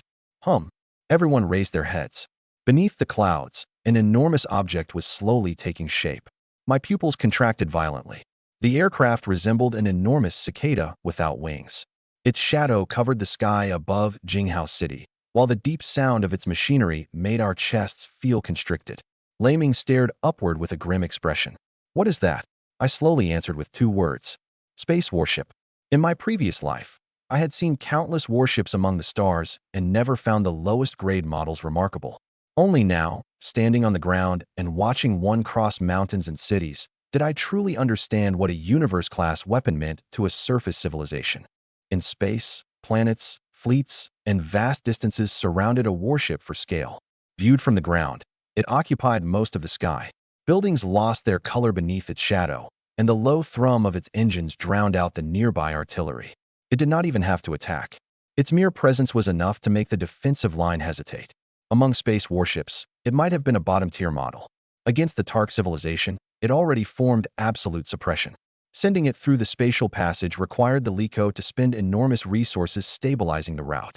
In the previous history, they had not deployed such a weapon until the relief force arrived. Why had it appeared now, only 1 year into the war? I found no answer. The future I had known seemed to be sliding through my fingers faster and faster. The warship traveled toward Tark's heartland. Magic arrays of every color lit up toward the capital. Giant magic ballistae, magical beam arrays, and magic cannons fired simultaneously. Their dense attacks struck the energy shield and produced only rings of faint ripples. After the first volley, Russell unconsciously stepped forward as though waiting for the shield to collapse. The second and third volleys struck in succession, yet the warship's speed did not change at all. The magic ballistae we had once feared to approach could not even make it deviate. Converted into an individual's level, this warship was roughly equivalent to level 180. Most of Tark's existing surface weapons carried energy equivalent to level 120 or 130. Beyond level 100, a gap of 50 levels was practically the difference between heaven and earth. I even suspected those attacks could inflict only the minimum 1 point of forced damage, not enough to outpace the shield's self-repair. Russell and the others stood frozen. To them, the giant magic ballista had always been an unstoppable ultimate weapon. Now it looked like a stone thrown by a child, unable even to change the warship's course. How can something mechanical be this powerful? Laming clenched his fists. I feel like even the strongest warrior couldn't withstand one shot from it. Russell's voice was strained. Not only warriors. Mages can't shake it either. Maybe only a god could match that. Desna and Du Hua said nothing, but despair was already written across their faces. I knew that once individual power reached its extreme, a warship became merely another weapon. Their future selves might not even take a vessel of this level seriously. But saying that now would mean nothing. At this moment, it truly possessed the power to decide our lives and rule the battlefield. From the expressions on Desna and the others, I could tell everyone was searching for some possibility of stopping the warship. Based on the weapons Tark had displayed, there was only one answer: none. All four fell silent. What made the enemy terrifying was not merely its greater strength, but that we had not even reached a level from which we could counterattack effectively. The warship reached the sky above the capital, and its cannon barrels rapidly aligned and unfolded. Boom! Energy poured downward with almost no charge time. The first shot struck the Tark civilization's Mage encampment, and blue-white light swallowed the entire area. When the light faded, only a charred crater remained. Tens of thousands of mages failed to evacuate. Roughly 1/3 of Tark's military strength vanished in a single hit. By the time the shock reached Jinghao City, only its aftermath remained, yet the ground still shook visibly. A vast portion of the dense Tark magical auras in the sky disappeared at once. I did not need to see the encampment to understand how much combat power that blast had erased. The second cannon shot fell immediately toward the capital. The magic barrier covering the city shattered like glass. The aftermath swept across an entire district, and rows of buildings collapsed. The Liko wanted resources, slaves, and an intact planet, so they had not deployed true planet-destroying equipment. Yet even their restricted firepower far exceeded what the Tark civilization could endure. I watched the cannon adjust its angle again, my palms ice cold. Laming's fists were clenched white, but for the first time, he did not suggest charging forward. Magic still flowed around Russell, Du Hua, and Desna, yet before that cannon barrel, it looked like a flame that could be blown out by the wind. We had killed many Liko soldiers during the last year, but never understood as clearly as we did now that the victories of one squad could not make up for a gap between civilizations. When the next shot fell, the capital would have no barrier left. I did not know who the Tark civilization's strongest person was, but under normal circumstances, remaining in a surface civilization after level 100 only slowed further growth severely. That was why beginner planets almost never contained anyone above that level. Anyone who still wished to grow stronger found a way into interstellar society. In other words, no one here could stop a space warship equivalent to roughly level 180 head-on. Its enormous shadow covered the Earth.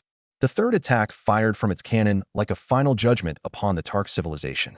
Just as the blue energy was about to strike the capital, a small figure entered our view from beyond the sky and charged directly toward the energy cannon.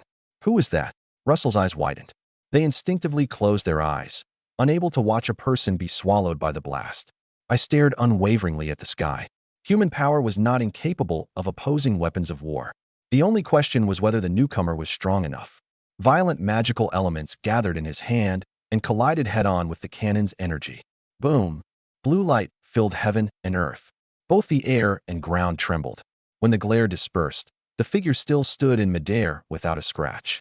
Compared with the enormous warship, he was tiny as dust, yet the pressure radiating from him resembled a giant holding up the sky. Russell asked in a daze, "Is that a god?" I did not answer. The aura around the newcomer was pure magic. The despair in Russell's, Duhua's, and Desna's eyes was being replaced by a brighter light.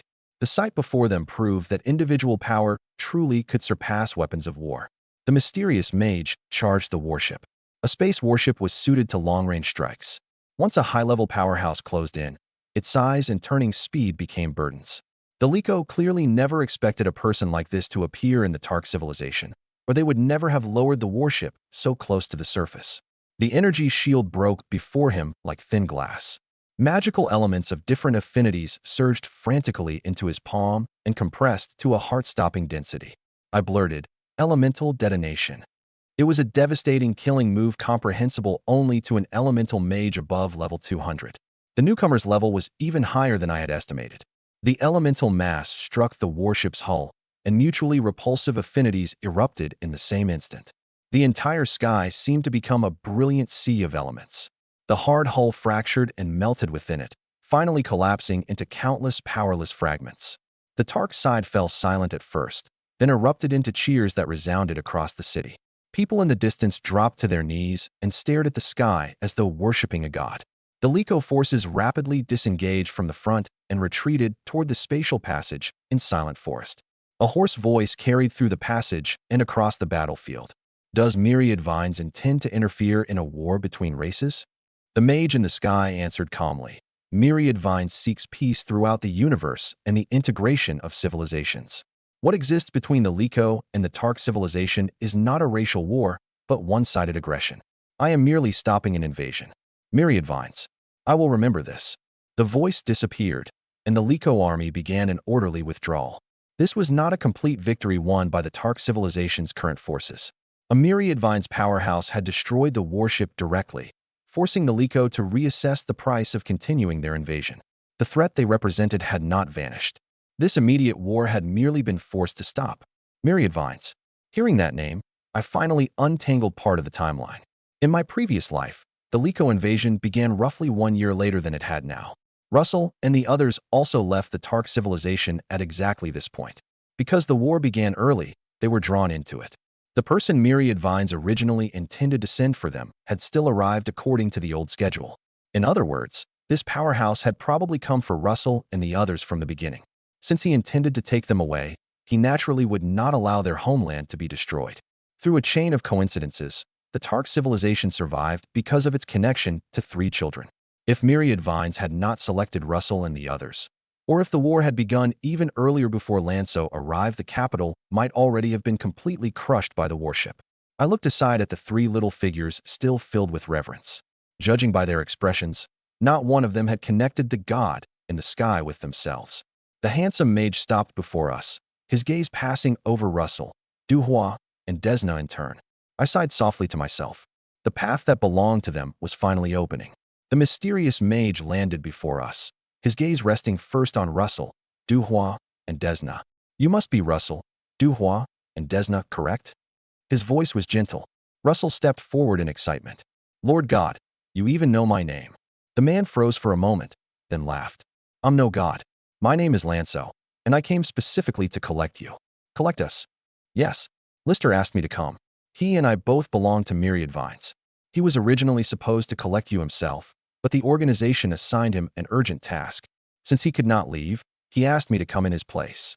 Seeing that the three remained confused, Lanso explained the origins of Myriad Vines. It was one of the universe's foremost organizations and advocated peace and the integration of civilizations. Its membership was restricted to neither one race nor one class. Russell asked hesitantly, Lord Lanso, are you taking us to Myriad Vines? Yes. Lanso nodded. All three of you are natural-born mages with excellent talent. The Tark civilization is too small for you. Only by joining Myriad Vines can you receive training better suited to your potential. Your future stage should be the universe itself. Of course, you have the right to refuse. The choice is yours. The three did not answer immediately. As if by prior agreement, they all turned to look at me. I understood their concerns. The war had just ended, and their homeland lay in ruins.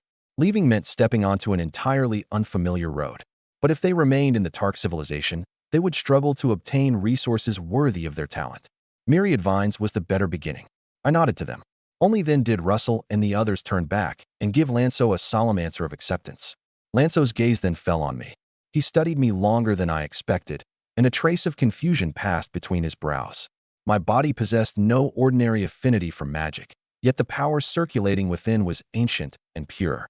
My physical strength also far exceeded mages or ordinary warriors of the same level. External inspection alone made it genuinely difficult to determine which path I followed. Over the past year, I had raised every basic skill I could as far as possible, making each step of my foundation firmer than that of anyone at my level. Yet the cosmic behemoth panel and experience-based leveling did not belong to any normal native talent system. Lanso could see the result, but he could find no conventional growth path that explained it. He also looked at Lei Ming, who held a spear, and asked, would the other two young gentlemen be interested in joining Myriad Vines?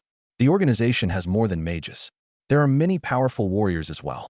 If you join, you can receive better training too. Lei Ming answered first. I'm sorry, Mr. Lanso. I won't join Myriad Vines for now. Lanso had already begun to turn away, but looked back again. What did you say? You won't join. I won't join either, I said calmly. Thank you for the invitation. He looked between us for several seconds and ultimately asked no more questions. A powerhouse carried a powerhouse's dignity. Since he had said the choice belonged to us, he would not force the issue. Desna walked up to me and asked quietly, Qin, aren't you coming with us? I saw the hope in her eyes, but still shook my head. I have things to finish in the Tark civilization. Once I leave, we'll still meet outside. Train hard after you reach Myriad Vines. Don't let Lei Ming and me leave you behind. She lowered her head, unable to hide her disappointment completely. If circumstances allowed it, of course I wanted to grow with the resources of Myriad Vines. The problem was that my method of gaining experience differed from that of ordinary NPCs. Cultivation and studying knowledge alone could not level me quickly. After joining Myriad Vines, Russell and the others would advance rapidly, while I could rely only on battles, quests, and the cosmic behemoth's daily 1% experience. Without a steady source of quests and fights, I might fall far behind instead. The more Myriad Vines emphasized secluded cultivation, inheritances, and systematic study, the sharper that contradiction became. An environment filled with top-tier resources for anyone else might leave me unable to find a target or quest capable of settling experience for months at a time. Besides, two things remained unfinished in the Tark civilization. I had promised to help Lei Ming take revenge, and the players would soon descend into this world. I had to prepare in advance. Myriad Vines was excellent, but it did not suit me right now. Did not leave that day. He planned to remain in the Tark civilization for a week, giving Russell and the other two time for their final goodbyes. The year of war had forcibly severed many people's pasts. Russell's parents died in the conflict. Duhua already had only one uncle. Desna's family lived in the capital and remained safe for now. Mock Town, where we had all lived, had become ruins, with no telling when reconstruction could begin. During the final 7 days, no one trained. I stopped searching for enemies as well. The five of us had supported one another between life and death for a year. Faced with a sudden separation, even Lei Ming and Desna, who usually argued the most, became much quieter. I was not worried that we would never meet again in this life. With their talent, they would inevitably leave their names across the universe. Once I left the Tark civilization, reuniting was only a matter of time. What truly required caution was that time and experience changed everyone. In my previous life, Laming and Desna had not known each other well, and later remained enemies for years. Although their personalities still clashed in this life, they had at least fought side by side. Many conflicts that might originally have occurred had already lost their foundation. Since the future had changed, I could no longer treat my memories as an eternally accurate map. The day before our separation, we gathered at a temporary restaurant in Izur town. I took out 5 necklaces of the same design and gave one to each person. Every pendant bore the tiny word Tion. Russell turned the pendant over. Jean, what is this? All of us will enter the universe someday. We should have an alliance of our own. I placed the necklace around my neck. We'll call it the Tion Alliance. Starting today, the 5 of us are its founding members. Our own alliance? Desna finally smiled. That sounds fun. She put on her necklace first, and the others followed. The name was not especially profound. Tion was simply the first part of Tian Kai, the Chinese word for genius, making it short for Genius Alliance. I had no intention of telling them such an unimposing origin. For now, the Tion Alliance felt like a promise among children, but it gave us an identity that would not disappear with distance. As they grew, that connection would naturally carry more and more weight. Russell touched his pendant and suddenly asked, Ching, you still haven't said why you won't join Myriad Vines. Laming won't either. We'll all leave the Tark civilization sooner or later, so why don't we go together now? Myriad Vines doesn't suit me. I gave only the simplest answer. I will leave, but not now. They knew my personality. Seeing that I would not explain further, they stopped asking and turned toward Laming. Laming was silent for a long time before speaking. My enemies are still in the Tark civilization. I can't accept leaving like this. The other 3 heard of the matter for the first time. Laming offered no details, and I did not explain for him. The quest to help him take revenge still waited on my panel. If it failed, his favor toward me would fall, and the trust we had built over the last year might break. But even without a quest, I had given him my word and would not leave now. Russell and the others could not help by staying. This was their crucial stage for entering Myriad Vines and receiving systematic training. I did not want our plan to cost them that opportunity. More importantly, players would soon enter the world of multiversal war. The world's order would then face a transformation broader and longer lasting than the Liko invasion. Players grew far faster than almost all native inhabitants. They did not normally remain in a starter village for 2 years and max out every core skill one at a time, as I had. They leveled as quickly as possible and hurried into higher level regions. Among the professional players who began alongside me in my previous life, the fastest even surpassed level 100 within a year. Only genuine universe-class geniuses like Russell could match that speed. As players grew, they would become both opportunities and dangers to NPCs. They had the capital to revive and begin again, while we had only one life. If killing a powerhouse offered enough reputation, experience, or skills, someone would always turn their blade against a former ally. Russell constantly faced player challenges in my previous life. An ordinary level 100 player was nowhere near his tier, and even 50 might fail to defeat him. But once a large guild organized several hundred people to surround him, even the strongest individual could be dragged into exhaustion. I gripped the Tion pendant against my chest. The Tion Alliance was therefore more than a memento. It would become my first foundation for facing the age of players. Players and NPCs were never natural enemies, nor were they eternal friends. One moment, a player might complete quests for you and grind their reputation to revered. The next, if the kill reward became tempting enough, they might gather an entire guild and surround you instead. Chaotic, profit-driven, and blessed with repeated attempts, I had once been one of them, so I understood that mentality better than any native. That was precisely why I had to remain in the Tark civilization and await the players' descent. I needed to contact them before hostility formed between both sides and build ties through mutual benefit and rules. The Tion Alliance would be the platform for that connection. My vision was to place promising natives like Russell, Duhua, Desna, and Laming in the Alliance's upper ranks, then aggregate skills, equipment, intelligence, and quest resources to provide players with concrete assistance.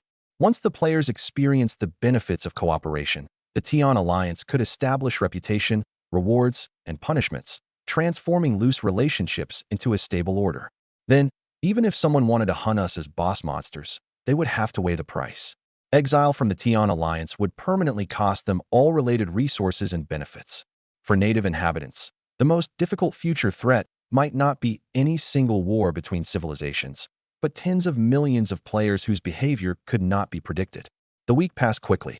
Lanso summoned a space shuttle stationed outside the Tark civilization's star system, and its silver-gray hull slowly descended beyond the city. Before boarding, Desna looked directly at me. Qing, when you leave the Tark civilization, you have to come find me at Myriad Vines. I'll wait for you there. Don't worry. I raised my voice. I'll bring Lei Ming with me one day. She nodded and followed Russell and Du Hua up the boarding ramp. The hatch closed. The shuttle rose silently, soon shrinking to a speck of silver on the horizon before disappearing beyond the clouds. I watched for a long time before finally looking away. Russell and the others had still begun their journey with Myriad Vines. Although the early war changed the process, the key result had not yet diverged from my memories. Lei Ming stood beside me. What now? We get your revenge. I had never intended to persuade him to let go of his parents' deaths. But our enemy was not a lone individual. It was one of the strongest powers in the Tark civilization after the imperial family, House Nei. 4 broad powers existed in the Tark capital. The imperial family controlled the largest army and was the strongest. The Guhue faction controlled the economy and trade, holding almost 30% of the commercial sector. The Mage Association was loosely organized and relatively neutral. House Nei was involved in both business and private military forces, with comprehensive strength that faintly exceeded even Guhue. Lei Ming's enemy was the head of a major branch of House Nei. Lei Ming and I had improved greatly over the year, but we were still nowhere near strong enough to confront the entire house directly. In my previous life, Lei Ming needed more than a year to complete his revenge. In that history, the Liko War lasted a full 5 years, and he was far stronger when he acted. Blindly copying the old conclusion would only expose us early and bring mages above level 70 down upon us. But the war had also created an opportunity. Most of Tark's mage forces had died, the capital suffered bombardment from a warship, and the different powers had sustained wildly unequal losses.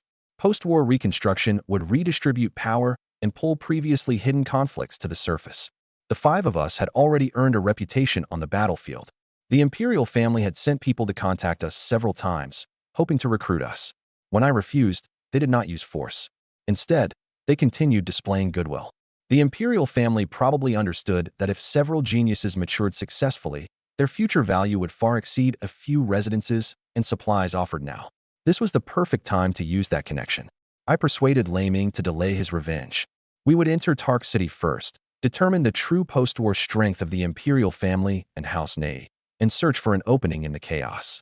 Jumping in without first measuring the depth would only drown us. After seeing our companions off, we packed our simple luggage and began the journey to Tark City. The Tark civilization's capital was simply called Tark City. Mages formed the mainstream of the civilization, so Tark City placed great value on culture and pleasure. War had left the streets quiet and disorderly, while cannon scars remained across many buildings. Yet the beautiful arcades, sculptures, and enchanted lights still revealed its former appearance as the capital of luxury. In my previous life, I frequently trained new characters in the Tark civilization, but never actually visited this city.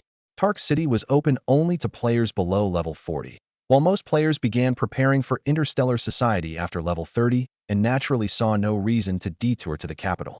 If not for Lei Ming's revenge, I probably would not have come in this life either. Before entering the city, I contacted Sheldon, the imperial official who had approached us before. He prepared lodging and meals in advance, at a standard far above an ordinary inn. This was the treatment the imperial family gave geniuses in investment in maintaining the relationship. The next day, Sheldon knocked on our door. "Young friends, His Majesty wishes to receive you today. Please come with me." He had already mentioned it during our journey. Since I had decided to use the imperial family's power, meeting the emperor was a necessary first step. I did not refuse. The palace was more intact than the rest of the city. Rare magical stones and all kinds of treasures were embedded in its walls. One wall alone was probably worth an astonishing sum. The Tark civilization's reluctance to integrate deeply with interstellar society might also reflect concerns about its ruling structure. Technology and foreign civilizations could bring development, but they could also destabilize the existing imperial power. A row of high-level mages stood outside the Great Hall. I scanned them one by one with my panel and saw only question marks. Any guard here could probably defeat Aga with ease. After witnessing a space warship and a level 200 powerhouse, however, this display could no longer make me nervous. Sheldon led us into the hall. A stern middle-aged man sat above us, still reviewing documents in his hand. "Your Majesty, the young gentleman Qing and Lei Ming have arrived." Only after finishing his final stroke did the emperor look up. He studied us for a moment. "You have traveled far. At such young ages, both of you already possess remarkable cultivation. In time, You will surely become pillars of the Tark civilization. Flattery did not interest me, but I had received core knowledge from Tark and therefore answered according to etiquette. Your Majesty, 3 of my friends have already left the Tark civilization and joined Myriad Vines. Myriad Vines? The Emperor's expression changed visibly. The organization to which Mr. Lanso belongs? He visited the palace before. I tried to persuade him to stay, but unfortunately, his ambitions lay elsewhere. For 3 young people to join Myriad Vines is also a blessing for the Tark civilization. As long as they still recognize this place as their homeland, they might help when the civilization faced danger in the future. His words were not entirely empty courtesy. I was about to answer when a mage suddenly rushed into the hall and dropped to one knee. Your Majesty, forgive my intrusion. The situation is urgent. I have important news to report. You are not at fault. Speak. House Nei has deployed troops to the Qingdong Plains in the name of post-war reconstruction. They are only 1 city away from Tark City. Our agents have also discovered that several senior members of House Nei recently vanished from public view.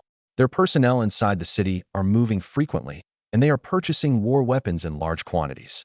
Your Majesty, I fear. He did not finish the final sentence, but everyone in the hall understood. The Emperor's face darkened. My year at the front had shown that Imperial forces bore most of the resistance during the early Liko War, while House Nei did not deploy until the middle and late stages. The warship's final shots then severely damaged the Imperial military. The Imperial family now had to divide forces for reconstruction, while House Nei had preserved more of its strength. Deploying troops and buying weapons at this moment could hardly be explained as coincidence. Laming's fists clenched the instant he heard the name House Nei. I gently patted his arm, signaling him not to reveal himself. He turned to me. I said nothing. I only gave him the faintest smile. The crack we had been waiting for had finally appeared. House Nei's unusual movements did not exceed my expectations. In my previous life, the house also became restless after the Tark civilization's war with the Liko ended. Since it had long harbored rebellious intentions, it was even less likely to ignore an opportunity after the Imperial family suffered devastating losses in this life. Laming and I alone might fail to topple all of House Nei even after 2 or 3 years.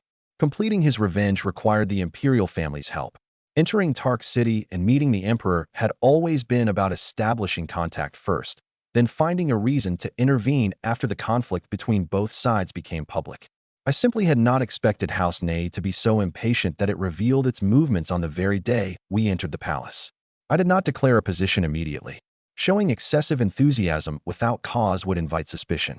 It was better to wait until the conflict intensified and the Imperial family genuinely needed outside strength. Only then could I borrow its power with a legitimate reason. The Emperor quietly discussed the matter with the reporting mage, then ordered him to keep watching the Qingdong Plains and the movements inside the city. Only after the man accepted the order and left did the Emperor look at us again. I apologize for letting our young friends witness that. I summoned you today for another reason as well. He clapped his hands, and 2 attendants entered, each carrying a white tray. A black page lay on each one. One glance was enough for me to form a guess. Laming and I each took one. The Emperor said, "This is Liko core knowledge captured during the war. Your contributions, while fighting for the Tark civilization, are plain to all. I ordered 2 copies made and present them to you in thanks." Panel notifications appeared one after another. Obtained Liko core knowledge X1. The Liko invasion quest completed. A leader quest completed. I had watched the quest progress constantly over the last few days. The Liko army had clearly withdrawn, yet the panel refused to settle the quests. Receiving the spoils distributed by the Imperial family had been the final condition. More core knowledge was naturally always better.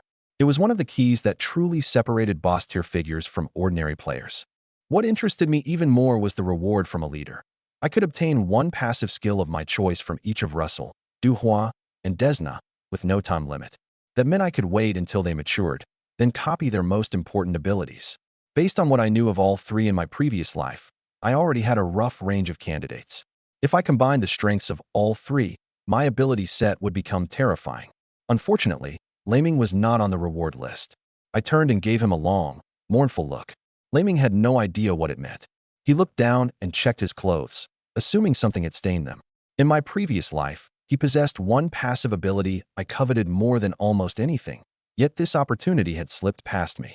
With the quest settled, I did not remain in the palace. The Emperor could worry about House Nei for now. It was not yet time for us to step forward. Back at our lodging, Laming and I used the black pages together. The core knowledge transformed into information and surged directly into our consciousness, much like when I absorbed Tark knowledge. Obtained incomplete Liko core knowledge. Core knowledge, Liko civilization, incomplete. Knowledge type, mechanical. Knowledge effects. Energy use efficiency increases by 10%. Gun type skill damage increases by 8%. Energy immunity increases by 5%. Gain basic mental immunity. Illusion type skill resistance increases by 10%. Critical damage increases by 10%. Attribute increase. Permanently gain 5 strength, 2 endurance, 15 spirit, and 7 intelligence. The result was slightly worse than I had hoped. This was mechanist exclusive knowledge. Energy use efficiency and gun damage were almost useless to me. Energy immunity overlapped with the cosmic behemoth talent and would probably add only about 1% more in practice. With my high spirit and intelligence, illusion resistance was not especially scarce either. Still, the permanent attributes and critical damage increase were tangible gains better than nothing. My core knowledge module had finally gained a Liko civilization entry in addition to the Tark civilization. Even as an incomplete version, the Liko knowledge granted more total attributes than the Tark knowledge. At minimum, I could infer that the higher a civilization's level, the stronger the bonuses its core knowledge tended to provide. I could not help thinking of myriad vines. What level would its core knowledge reach? If I had the opportunity, perhaps I truly should ask Russell and the others to help me find an inheritance suitable for a mage. A soft grunt suddenly came from Laming beside me. I turned. His eyes were open, but his expression was deeply confused, and his aura had not increased noticeably. How does it feel? I asked. There was a lot I couldn't understand. Laming frowned as he searched his memory, but I think I grasped a little of how mechanists use energy. If I face one again, maybe I can avoid some unnecessary energy damage. He had probably gained energy resistance as well. Without a panel, he could not quantify the change directly, while the rest of the knowledge would require time to digest. Looking at the clearly listed data before me, I felt grateful once again that I possessed a panel.